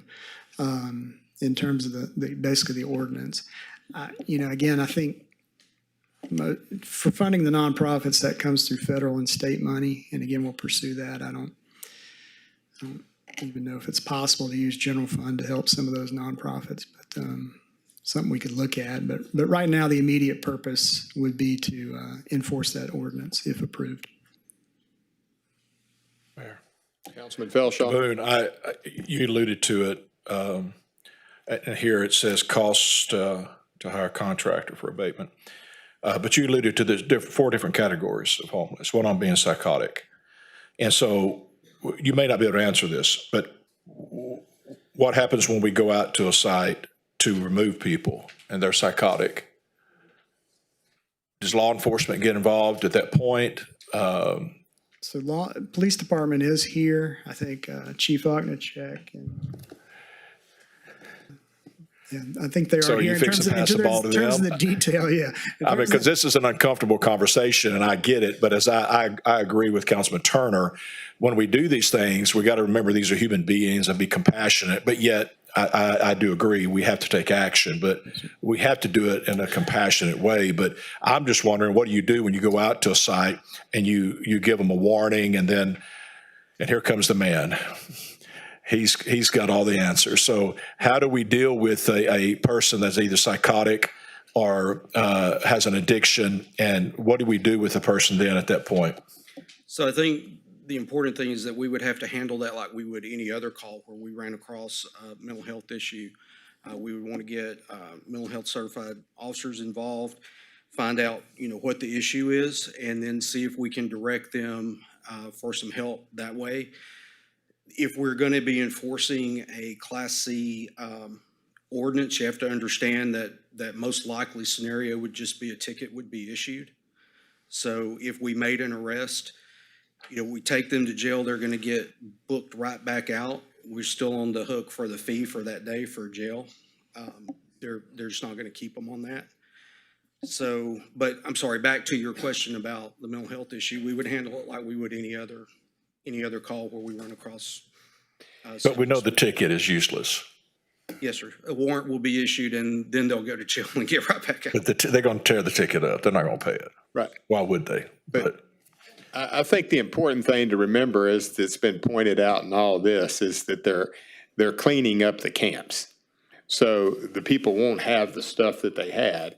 And what I've heard from other mayors is that then they, a lot of other social service agencies step in and help those that may want to be helped, but people aren't going to keep putting up their tents or their bedding in places where it gets swept up. So that is where it's not going to be by handcuffs that the solution is going to be found. Right. So, and I know there's no easy answer to this. I get it. But when we talk about sweeping their stuff up, we also know that we have to warehouse that. We can't take their stuff and throw it in a dumpster. That's private property, correct? So there is a directive in the state law. So if we're enforcing on public property under the state law, then that law actually requires us to take their property, house it, catalog it, log it in, and then have someone available to release it to them whenever they show up to take it. So that creates a whole set of issues. The ordinance as proposed does not have that in there, but then you run into a problem of, is it abandoned property? Do we have to give them an opportunity to take it with them?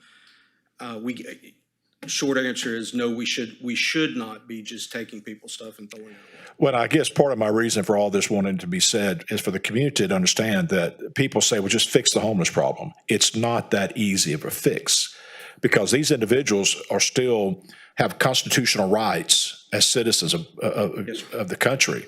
They may be homeless, but they still have constitutional rights. And so we just can't show up to a campsite, load up their stuff in a dump truck and haul it to the dump. It's their property and we have to respect that. So again, this is a burden that's going to be placed on Beaumont PD. And I'm just wanting everybody to understand what we're looking at. I'm all for moving forward, but I'm just saying it's not just an easy thing of loading up their stuff and hauling it off. So that goes back to what we talked about in the beginning, and one of the ways that the ordinance is proposed would be we want a partner.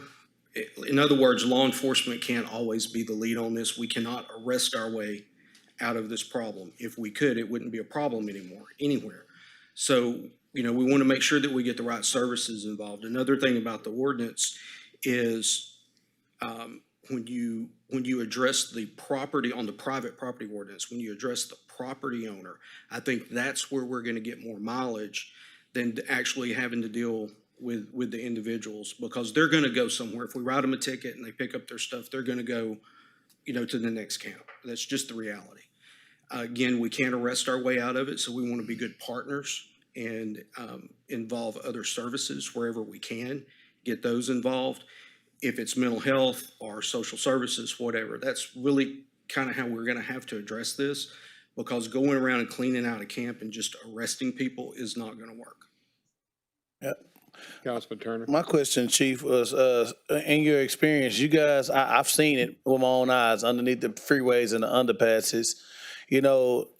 How is that working? The city pushed you guys to be more aggressive with it, but again, you take them, like you said, we have to pay to actually get the prisoner in, and then it gets right back out, can't pay the ticket, and it's like where you bring them. How has that worked for y'all so far? So, as you know, we've gotten direction from council that, council wanted a focus on that. So we have done that. I think you don't see that as much now as you No, were. you don't. Part of that has to do with the construction, in fairness.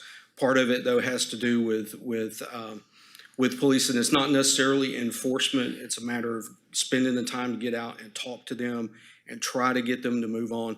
Where we, we've asked for cooperation from TxDOT for, like trespassing. Trespassing laws really work better for us. However, because of direction from Austin, they're not really interested in doing that, which they're the property keepers, so that's their decision. So, we've tried to move that, but like I said, when we move that, the problem just moves. Mm-hmm. And, College and I-10, if they're not under the bridge, they're going to be down on LNVA or, DD6 property. So, and that's what we're facing. And that's what I want to point out, because I see y'all are actually doing the work. I see y'all dealing with it, but again, they're moving to different locations. That's why I said I wanted to be specific. I understand we're saying no camping as a city, but are we saying, why not beat around? Are you saying you just don't want them in Beaumont?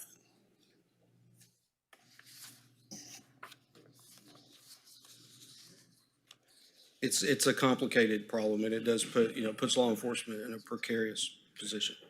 Appreciate you, Chief. Yes, sir.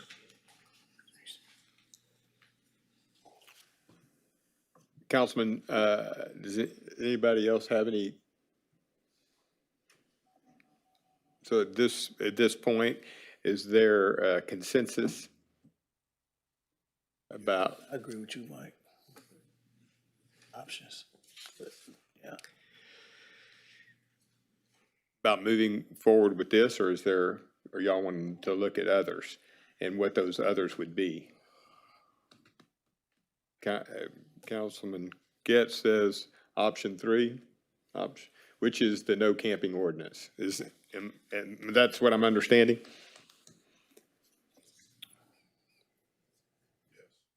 Yes. I think you have your. We'll bring that back to y'all pretty quickly, and I will just again reiterate that we'll monitor the shelters, and if they get to above full, we'll let y'all know. But again, we'll be looking for funding to help those organizations out, because again, they do a much better job than we could have. And if we could get the numbers presented to council about the progress that they're making through the different case managers at some other place in terms of transitioning people. My understanding is that they've made significant improvement for those that are looking to make those transitions. Yes, sir. We'll get that. I'll make a last comment from me. It's not that I'm not considering the individuals, but one of the things that I really had difficulty in dealing with is when someone calls me out to their house and there's a lot to, and people are just all over the lot, trash is there, and that's what they have to deal with. They can't go outside. They're afraid to leave their house. So, I mean, it's a tough decision, but we have to continue to try to find alternatives to address the concern. But if it's not next door to me, it's not that bad. But if I'm having to look out my window, that's every day. It's a problem. Yes, sir. Thank you. Thank you.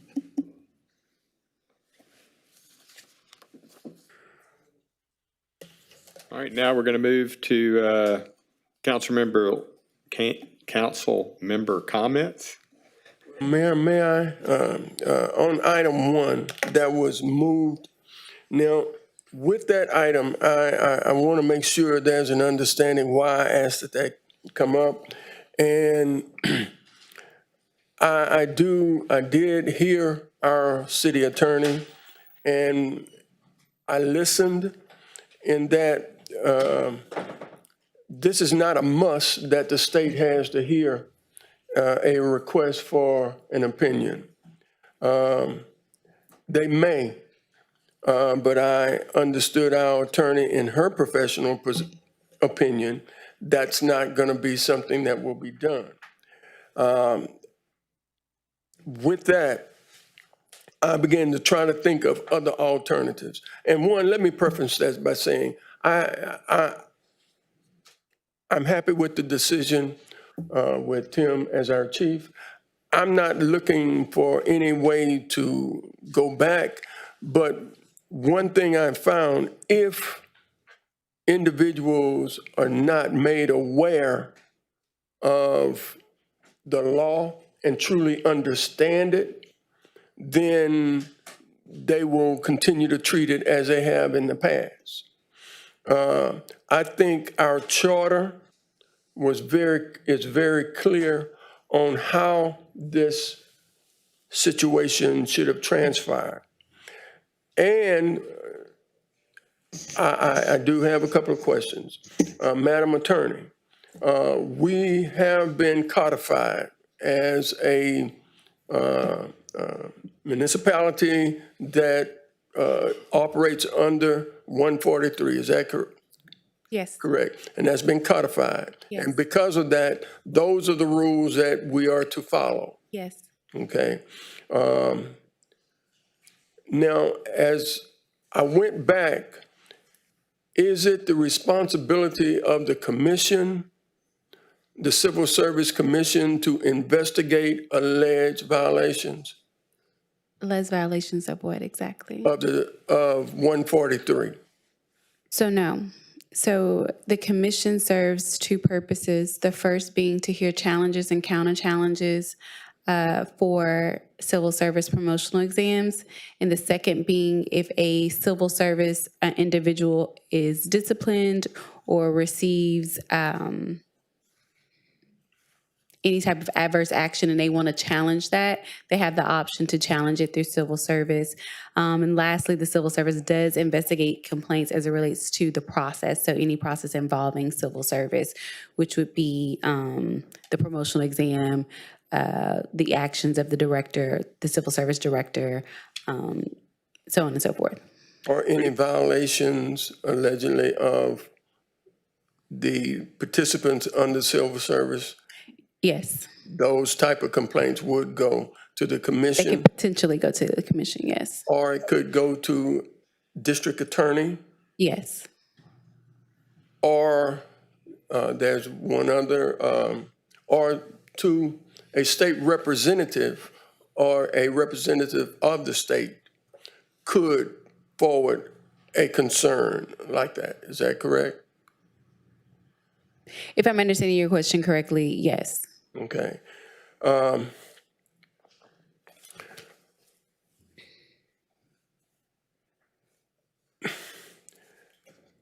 This is not to sanction anyone, because it would be really ludicrous of me to think if by chance I were correct that we did violate the charter or 143, it would take a vote of the majority of council to sanction ourselves. But one of the things I believe is very important that we understand what the charter says as to who has the authority to deal with those selections. So because of that, I will move that we remove this from the agenda for today. And I would like to see how we might be able to evaluate our charter if that's an issue. If the charter is somewhat in conflict with the Civil Service Commission or the local government code, I'd like to know an interpretation, because this all comes down to the city manager has the authority to name someone. I don't know what that finger means. That was from Mike. That's Councilman Getz. Oh, okay. So if the city manager has the authority to name a person that they feel meets the qualifications of a position, and it's to be confirmed. Confirmed means to put it into an ordinance or resolution so that it will be recognized as an act of that chief. That's not opening the door for us to put our personal opinions, because 143 does say the appointment of directors or of chief or the fire department or the police department. That does not mean we can interfere, and interference would be voting against an appointment without cause. If they meet the qualifications, that should have been it. So I would like to know from our legal department what would be the proper way to come to a final analysis of who has the authority to tell us whether there's an objective or not. So I know the council is itching to get in, but since I'm the city attorney, I get to go first. One, there is nothing wrong with our charter. We did an entire charter review. I brought in someone that is highly respected, who has done charters across the country, who is the utmost expert in this for this exact reason. Even though I've done municipal law my entire career, I serve on 2 boards, both for the state of Texas and internationally. And not to toot my own horn, but it's recognized in my field by my colleagues as someone who's experienced in this area. I wanted someone who, without a doubt, could come in and tell you that our charter was good. And it was There's nothing wrong with our charter. There is absolutely nothing wrong with our charter. Okay, let me. No, I'd like to ask. Councilman, I let you finish, and so I want to address every one of your points But before I you rebuttal. forget what you're Then talking I suggest about. you write it down. The second point to that is 143 specifically says that you are to confirm. What we are misinterpreting in that word is the word confirm. Confirm does not mean rubber stamp. The city manager has the opportunity to pick. Council has the opportunity to vote. And I told you this in executive session. You can go downstairs, you can vote yes, you can vote no. You can vote to table. That is always the responsibility of council. You are never responsible to rubber stamp a confirmation. That is not the process. There is no violation of 143 when you say no. The second part to that is there's no conflict between our charter and 143. As I discussed at the last meeting, there's a hierarchy in place, meaning the charter says you do not interfere, but 143 gives you the opportunity to approve his appointment. We do it all the time. It does not say approve. It says confirm. And if you want to do synonyms and antonyms, confirm and approve are right around the same. But they're not the same. I said right around. But I digress. The reality is that council did not violate it by voting no. There are some very thin lines in that as it relates to some behavior by council that could be interpreted to have been overstepping or interference. And we can give some clarity. It is my opinion that council gave direction to the city manager on who they would like to see as appointed in their police chief. And they gave very, very detailed descriptions. And some people might decide and might interpret the descriptions to be favorable towards one particular candidate. And that's neither here nor there. But there was direction given to the city manager that the council wanted to see a local candidate. Direction is not interference. Interference, as defined in our charter, says that you cannot tell the city manager who he should hire. You cannot tell the city manager who he should fire. You cannot tell the city manager who he should discipline, and you should not engage in the day-to-day operations of the city. I can tell you that happens quite often amongst this council. And so our charter does not have a self-governing or outside governing thing, which means that the council is responsible for self-governing. So that means when a council member or members of council violate the charter, it is not the responsibility of the city attorney or the city manager to correct you. It's the responsibility of council to correct. Council has also adopted decorum rules, which means that when council violates their rules, when council is out of order, it is the responsibility of council to self-correct. When a quorum or all of you are out of order, then it's just pure chaos. Okay, so if I disagree with your perception of your opinion, who can we turn to get clarity? Because it says neither city council nor any committees shall dictate the appointment of any person. Dictating would say, hire candidate A. Hire someone from within. Again, council is entitled to give direction, which council does very often. As a matter of fact, we heard during a presentation that you wanted to give direction to the city magistrate as it relates to how he handles fines. That's direction. Some people could say that's interfering with the due process of the court. I say depending on how you reference that, it could be direction, giving your preference, or you can get real close to overstepping. Well, my question is, to answer your question, council, you can get your state representative to write a letter to determine that. There's thank you. The local government code gives you a list of individuals who can seek opinions as it relates to official That's what I duties. needed to know. Thank you. I will move that we remove item 1 from the agenda. It doesn't need to be removed. Oh, It's I was out. So y'all removed it anyway, or you just passed it? The item fell for a lack of second. Okay, that's fine. Okay, at this point, we'll go to council member comments, Well, since we don't I have a just, motion. no, I just wanted to kind of throw one thing out there based on the city attorneys saying you can go to a state representative to seek an attorney general opinion on whether or not the city charter has been violated. There's already an attorney general opinion that says we, as the AG, will not engage in looking at city charters for a violation. You know, so that's already out there. So it's an exercise in futility, but you know, you're certainly welcome to go down that path if you want to. So, But the state rep is one of the individuals listed that can request an opinion. So, right. a state representative can request an opinion, but the response of the Attorney General will be to reference a previous AG opinion saying, we're not going to, Absolutely. we're not going to look at home Not in rule disagreement. charters. The responsibility of AG is to address interpretations of existing state law, not city charters that are governed by the cities. That's the responsibility of the city attorney. The second point to that is that the AG will not give an advisory opinion, and they will not interpret the law as it should be. So if you're asking the AG, even if you ask the state representative to give an interpretation of 143, it's the purpose of the confirmation process.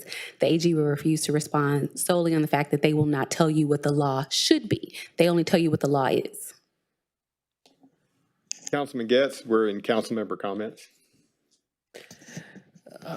I appreciate the opportunity to engage in this discussion today on two very important topics. Not that any of them aren't important, but specifically with the downtown enforcement of buildings that are dilapidated and our homelessness issue. And I'm glad that we have provided some direction to Mr. Boone to which way we as a council want to go on this, and look forward to working with the nonprofits to crafting some solutions to those that might not want to camp in the shelters. But yeah, clearly the homeless issue is an impediment to downtown development. I've heard it from so many people that, you know, we have a big homeless problem when we do downtown in this area. So that's one more step to trying to make downtown great again. Thanks. Councilman Turner? So if council members violate the charter, like what's the worst that can happen? Just a sanction? Censor. So in the past, when a council or individuals have violated the charter, there's been a presentation to council. I think your rules of decorum require you to present that to the mayor pro tem, and then council votes to determine what that is. It's typically a censure. It has no bearing. You can't remove an elected official from their post. You can't expel them from meetings. So for lack of a better term, it's a slap on the wrist. If that, that's a very good term. So basically, per charter, all we can do is the public review. But even within the public review, is nothing we can do outside of ourselves being responsible to stay within the bounds of the charter that we're supposed to operate and govern by, correct? Yes. So again, the charter council has not adopted an ethics committee or an ethics policy or anything like that. And so your charter doesn't have an enforcement angle. So there's no one in our organization that looks to enforce the charter, which means that it rests with council as a body. So it's incumbent on council to A, determine if there's been a violation of the charter, B, what action needs to be taken as a reference to that violation, and then C, to carry that out. A big concern of mine is, you know, I appreciate the transparency, but just to say, as council members, we violate the charter all the time and we're not doing nothing about it, for me, is a big problem. Because we're actually supposed to operate and govern ourselves by that document. So I think between us council members, we need to have some transparent conversations on if we're gonna operate within this document, we need to make sure we hold ourselves accountable to operate the right way within it. And a bigger concern of mine is, for me, on government, the processes are already extremely slow. And I feel like right now, this current state of the council, as far as plans, meetings, morale, communication, this may be the most stagnant it's been for me since I've been on here. Even what we got going on with downtown, what direction we in, it's so many distractions, we don't even meet to focus on the things I feel like we truly need to focus on. So when I speak to things like the charter, I'm almost to the point where we have a city manager where if so many council members are openly just violating the charter, how are you able to even effectively really do your job? And my biggest concern is us being a hindrance to where you can't really go out and perform your jobs because we won't be real with each other and transparent and talk about lanes, or we stepping too far, or you have a clear understanding of being open with us if we are stepping too far. I know you've been honest with me in conversations, and I appreciate it, but still, even as me, I think we all need to be held accountable if we are stepping too far to keep structure. Because right now, again, I say it's stagnant because I feel like the structure isn't there, and we're not having the communications. So that's why I want to know what's the worst that can happen when it comes to violating the charter. As a council, I've never been through an instance like this. Mike, not trying to bitch you on the spot, but I know you have. So, like, what took place where we actually did do something about violations of the charter? How did it come about? Because I hear Councilman it. Getz did not violate the charter, so I want to be clear on that. Councilman Getz didn't violate the charter. It was a decorum policy of council. And so there's never been a documented incident where members of council have violated the charter. And just to clarify, there's a thin line between providing direction to your appointees and then you providing interference. And so I think on a very thin line, and it's to the city manager to tell you when you're overstepping that line or when you're getting close to that line, because seeking direction from council role is to provide vision and to provide direction for the city. And I think the manager does a really good job of trying to include council in those decisions, trying to make sure that council, that your goals and your visions, you saw it in the budget process. That was just since the city manager has been here, we've had a very open, transparent budget process where councils, ask for their items to be included in their wish list and how we handle the CIP. That's direction. And that is at his behest to make sure that council has a buy-in in the direction and the future of the city. So Some of that could be seen from the outside looking in as overstepping or interference, but that is him saying, I want to hear what you want to do. That is him seeking you to be a part of that process, right? However, it could also be really, really close to the line of getting involved in the day-to-day items when you start saying, when we bring items to council for approval on the king, staff always puts in the affirmative or the resolutions in the affirmative, but you can, and you do deny, you do reject, you do add Jones. Like, that is the responsibility of council. And that is not an interference with the day-to-day. That is what you were elected to do. I understand that. So earlier you stated some council members violate the charter all the time. I said daily. Daily, okay, daily. Still all the time. So to take it a step further, have we ever had a council member in the past dealt with for all the violations of the charter, whether it be before? But since I've been here 3.5 years, I haven't seen it. So has it taken place before me in your tenure? So through a previous administration, I think that this provision, because this isn't a new provision, but I think through a previous administration, it just wasn't as severe. Council wasn't included as much, and so that interference in the day-to-day wasn't as looked on as heavily, as harshly.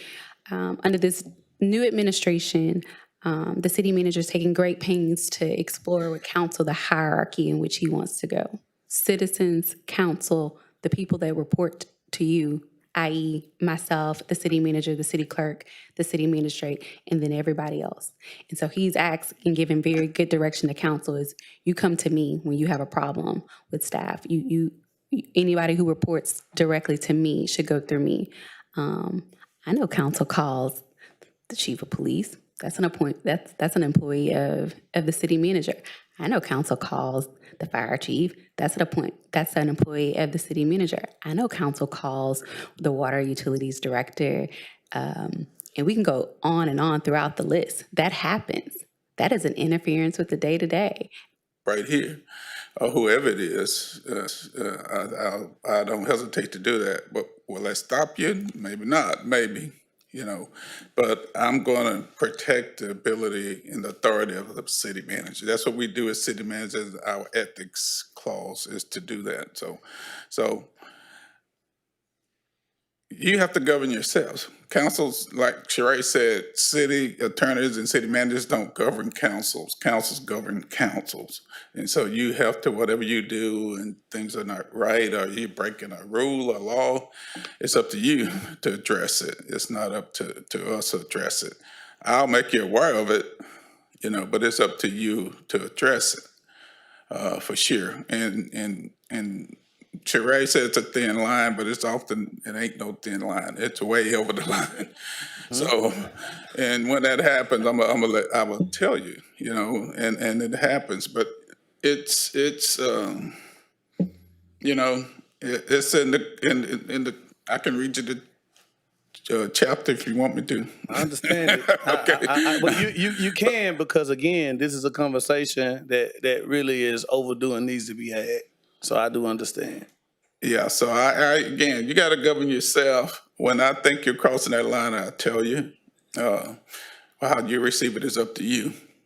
I can't make you do anything, but it's my job to say that what it is. And, the charter says that to be no interference, basically.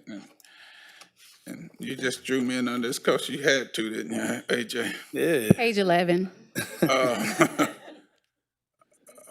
But I think everybody knows what the charter says about interference, and since we're talking about That's the only thing interference. the only part about it that I struggle with. You say we all know, but doing it, I have it ready if you need me to. Nothing's happening. Yeah, read it for me. Neither this is Article 5, Section 4, interference by city council prohibited. Neither the city council nor any of its committees or members shall dictate to the appointment of any person to or removal from office or employment or discipline by the city manager or any of his subordinates or any manner interfere with the appointment or removal or discipline of employees under the city manager's authority, except for the purpose of inquiries and investigations, unless otherwise provided in this chapter. The city council and members of council shall deal with the city officers and employees who are subject to the direction and supervision of the city manager solely through the city manager, and neither the city council nor members of the city council shall give orders to any such officer or employee either publicly or privately.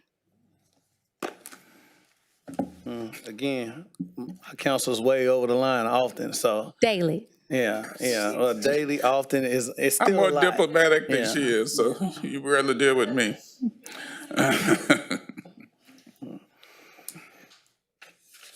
Well, I struggle with my frustration. I just feel like we're not getting anything done because sometimes we are too in the day-to-day operations and it's slowing down the progress of what actually can be done.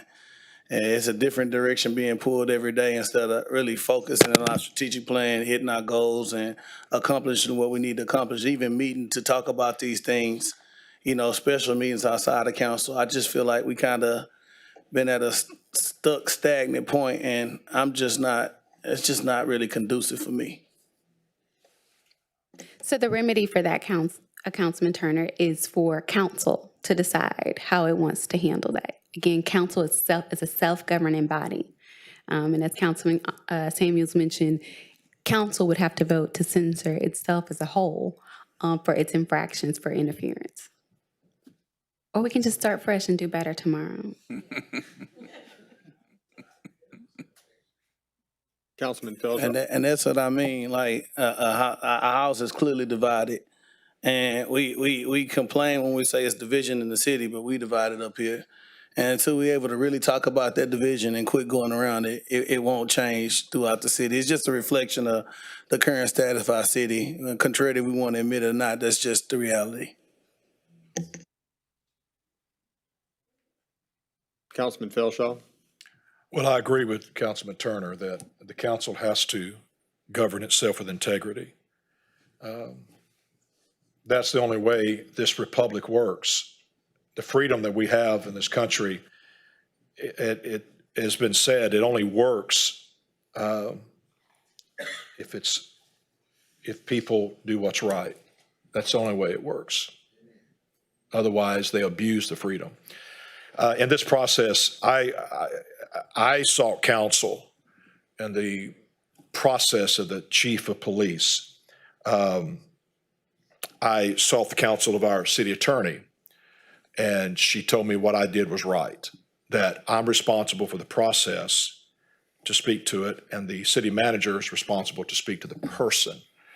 I asked him publicly, did I ever give you a name of a person I wanted you to hire? Because I hold myself accountable. And had he said, Councilman Felshaw, you did, you told me to hire this person, then I would have publicly apologized to him.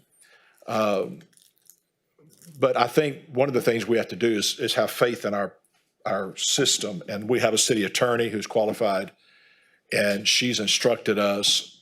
And I think we have to have faith in her, and let's move on. If we need to be corrected, and so be it. But from what I've heard from her, we did our job, and it's messy. I know the city manager used the analogy of making sausage, and so it is. But we did it. We got through it, and we have to move on. And violating the city charter daily, I don't. I'm not sure. I'll tell you how I see it happening. I hope the citizens understand this. We're talking about the letter of the law, the spirit of the law. You can be at a function as a council member and bump into the chief, fire chief, and say, hey, chief, somebody was asking me the other day, how many boxes do we have on the street every day? Ambulances do we have every day? He said, we got 9 right now. Oh, great. Well, have I technically violated the city charter by asking him that question? I guess. But was I trying to give him direction or instruction? No, I was seeking information. Could I have picked up the phone and called the city manager and have the city manager call him, then have him tell the city manager and the city manager tell me? I guess I could have. I guess that's where I just want people to understand that sometimes as a council member, you try as hard as you can to live within the lines, and you do, but I guess sometimes, do you violate the letter of the law without violating the spirit of the law? I think so. I don't know unless he tells me differently, and I would yield to him if the city manager minds me asking a question of how many ambulances do we have every day on the street, and getting a simple answer so that I can inform the citizens who ask me. I don't know that our city manager is wanting us to be that restrictive. Well, let me help you. It doesn't say that. It doesn't say conversations. So like that. Okay. So it doesn't say, it specifically says giving direction. Okay. And so. Well, that's my point. So picking up that, so let's just use that same conversation, right? And let's just say the chief had told you that he had 7 ambulances in operation. And you said, how many are we authorized for? He says, I'm authorized for 9. And then you in response back to the chief is, I want to see 9 ambulance and services every day. Agreed. That's what I want to see. Agreed. That is direction, and that is a Agreed. violation. Agree. And that's the way I've always tried to operate, to seek information, but never to give direction. And I've tried very hard to operate that way. But I'm just using that as an example of sometimes maybe we do violate the letter of the law, but trying to stay within the spirit of the law. But can we do better? Absolutely. Should we try to do better? Absolutely. And we have to do the best we can and operate with integrity. And but I just want, again, to acknowledge the fact that I sought counsel. I was told by my city attorney that I did my job. I spoke to the process. And I live with that because I trust the system we have. Thank you, Mayor. Councilman Sam? Councilman Neal? No comment. Madam City Attorney? You can tell Chris happy birthday. Thank you, Madam Attorney. Hey, Chris Durio, I know you at home. We praying for you. We were in heat of the moment of the conversation. I just want to tell my brother, happy birthday, man. Appreciate working with you. Appreciate everything you do. And I hope you're enjoying your birthday. And I pray for a speedy recovery on your surgery. Thank you. So I've talked way more than I would prefer to during council today. So I'll keep my comments short and brief. When I say that council violates the charter daily, that was an attack on council. That's just to point out how easy it is to do it and how almost involved and passionate council is about hearing and getting responses for the citizens that called them, and being involved in the process.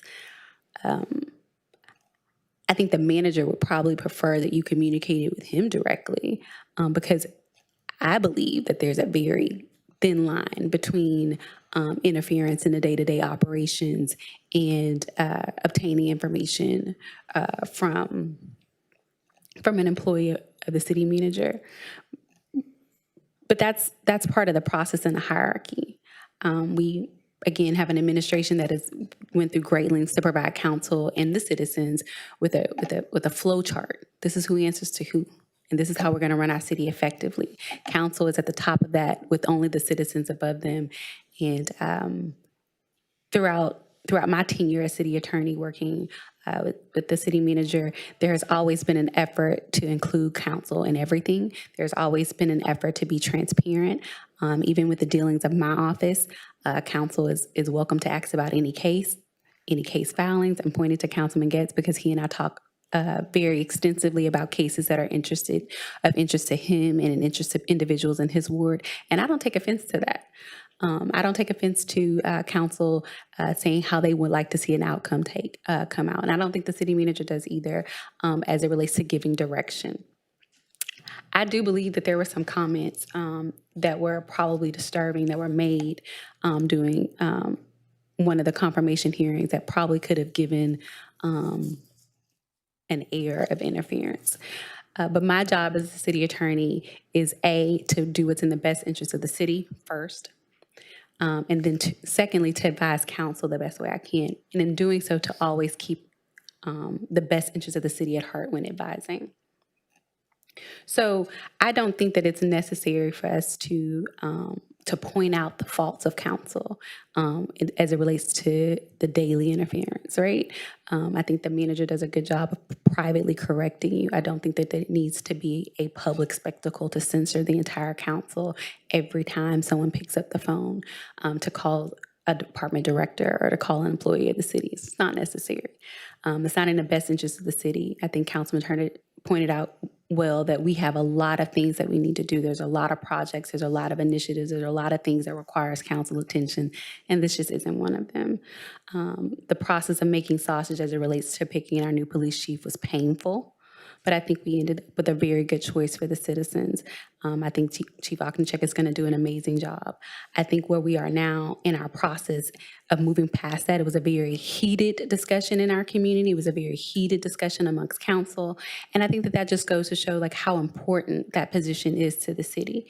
And how important it was to pick someone that was going to do the best job for our city. I think we have that person. Moving forward, I don't think that it's important for council to get bogged down on the small things as it relates to what bad thing another council person did. Instead, I think it's important for us to get back to a place where council is unified in their vision, in their strategic plan, and their purpose for doing what's good for the citizens. And I'm happy and willing to be a part of that. Assistant City Manager Boone. Yes, sir. Just wanted to wish Councilman Durio a happy birthday. Assistant City.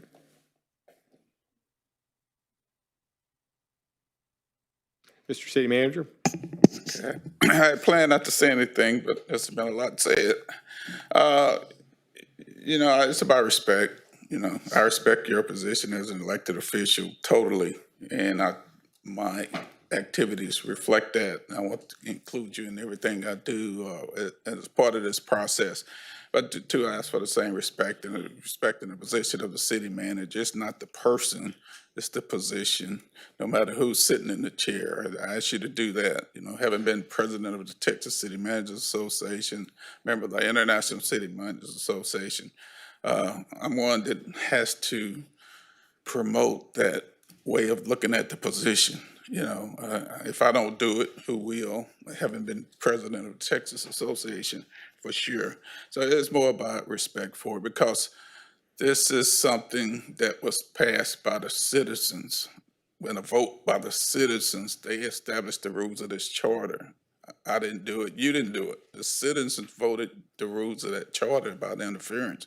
And as a part of my job as a city manager is to enforce the laws of the city of Beaumont. And that's one of the laws, those are laws of the city of Beaumont to enforce. And so that's why I enforce them. We have to enforce them.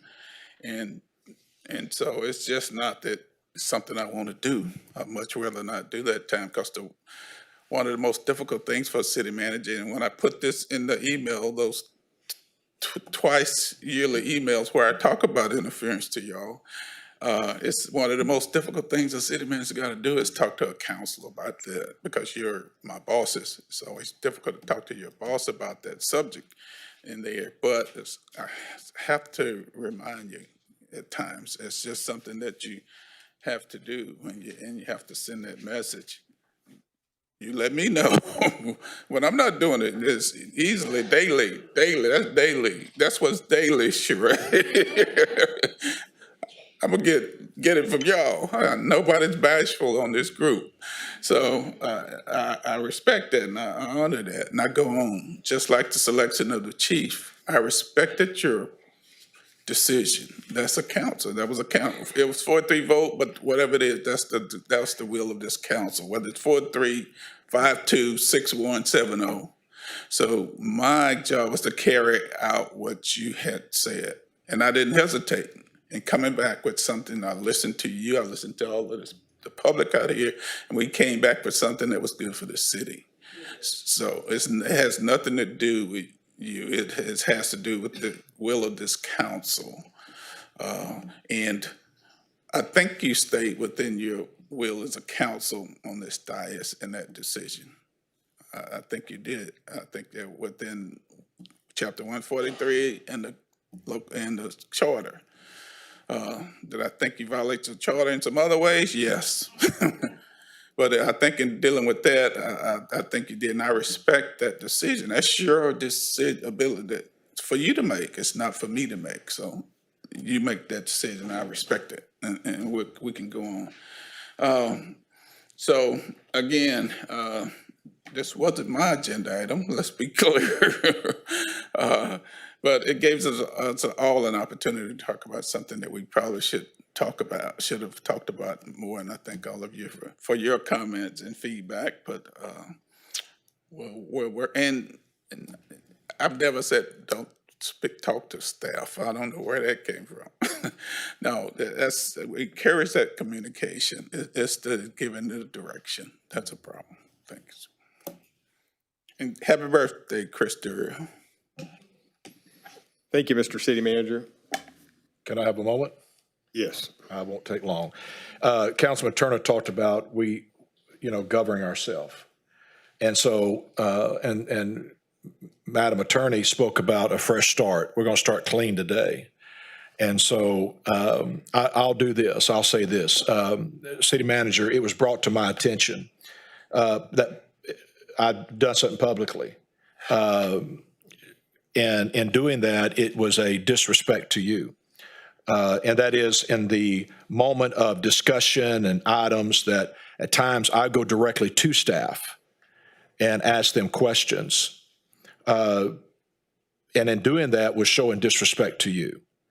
That wasn't intentional on my part. That was just in the moment, just talking and trying to find information from the dais addressing Demi, for example, and asking her a question when I should be going to you first and saying, City Manager, can we get this information? And so that was brought to my attention that publicly I was showing disrespect to you.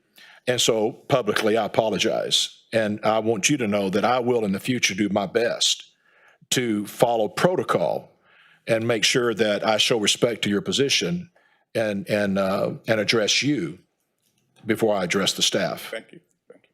Mayor. All right. Thank you for the comments. And Mr. City Manager, I certainly apologize if I step out of line, and I know we've had conversations and I appreciate the conversations and I know I continue to learn.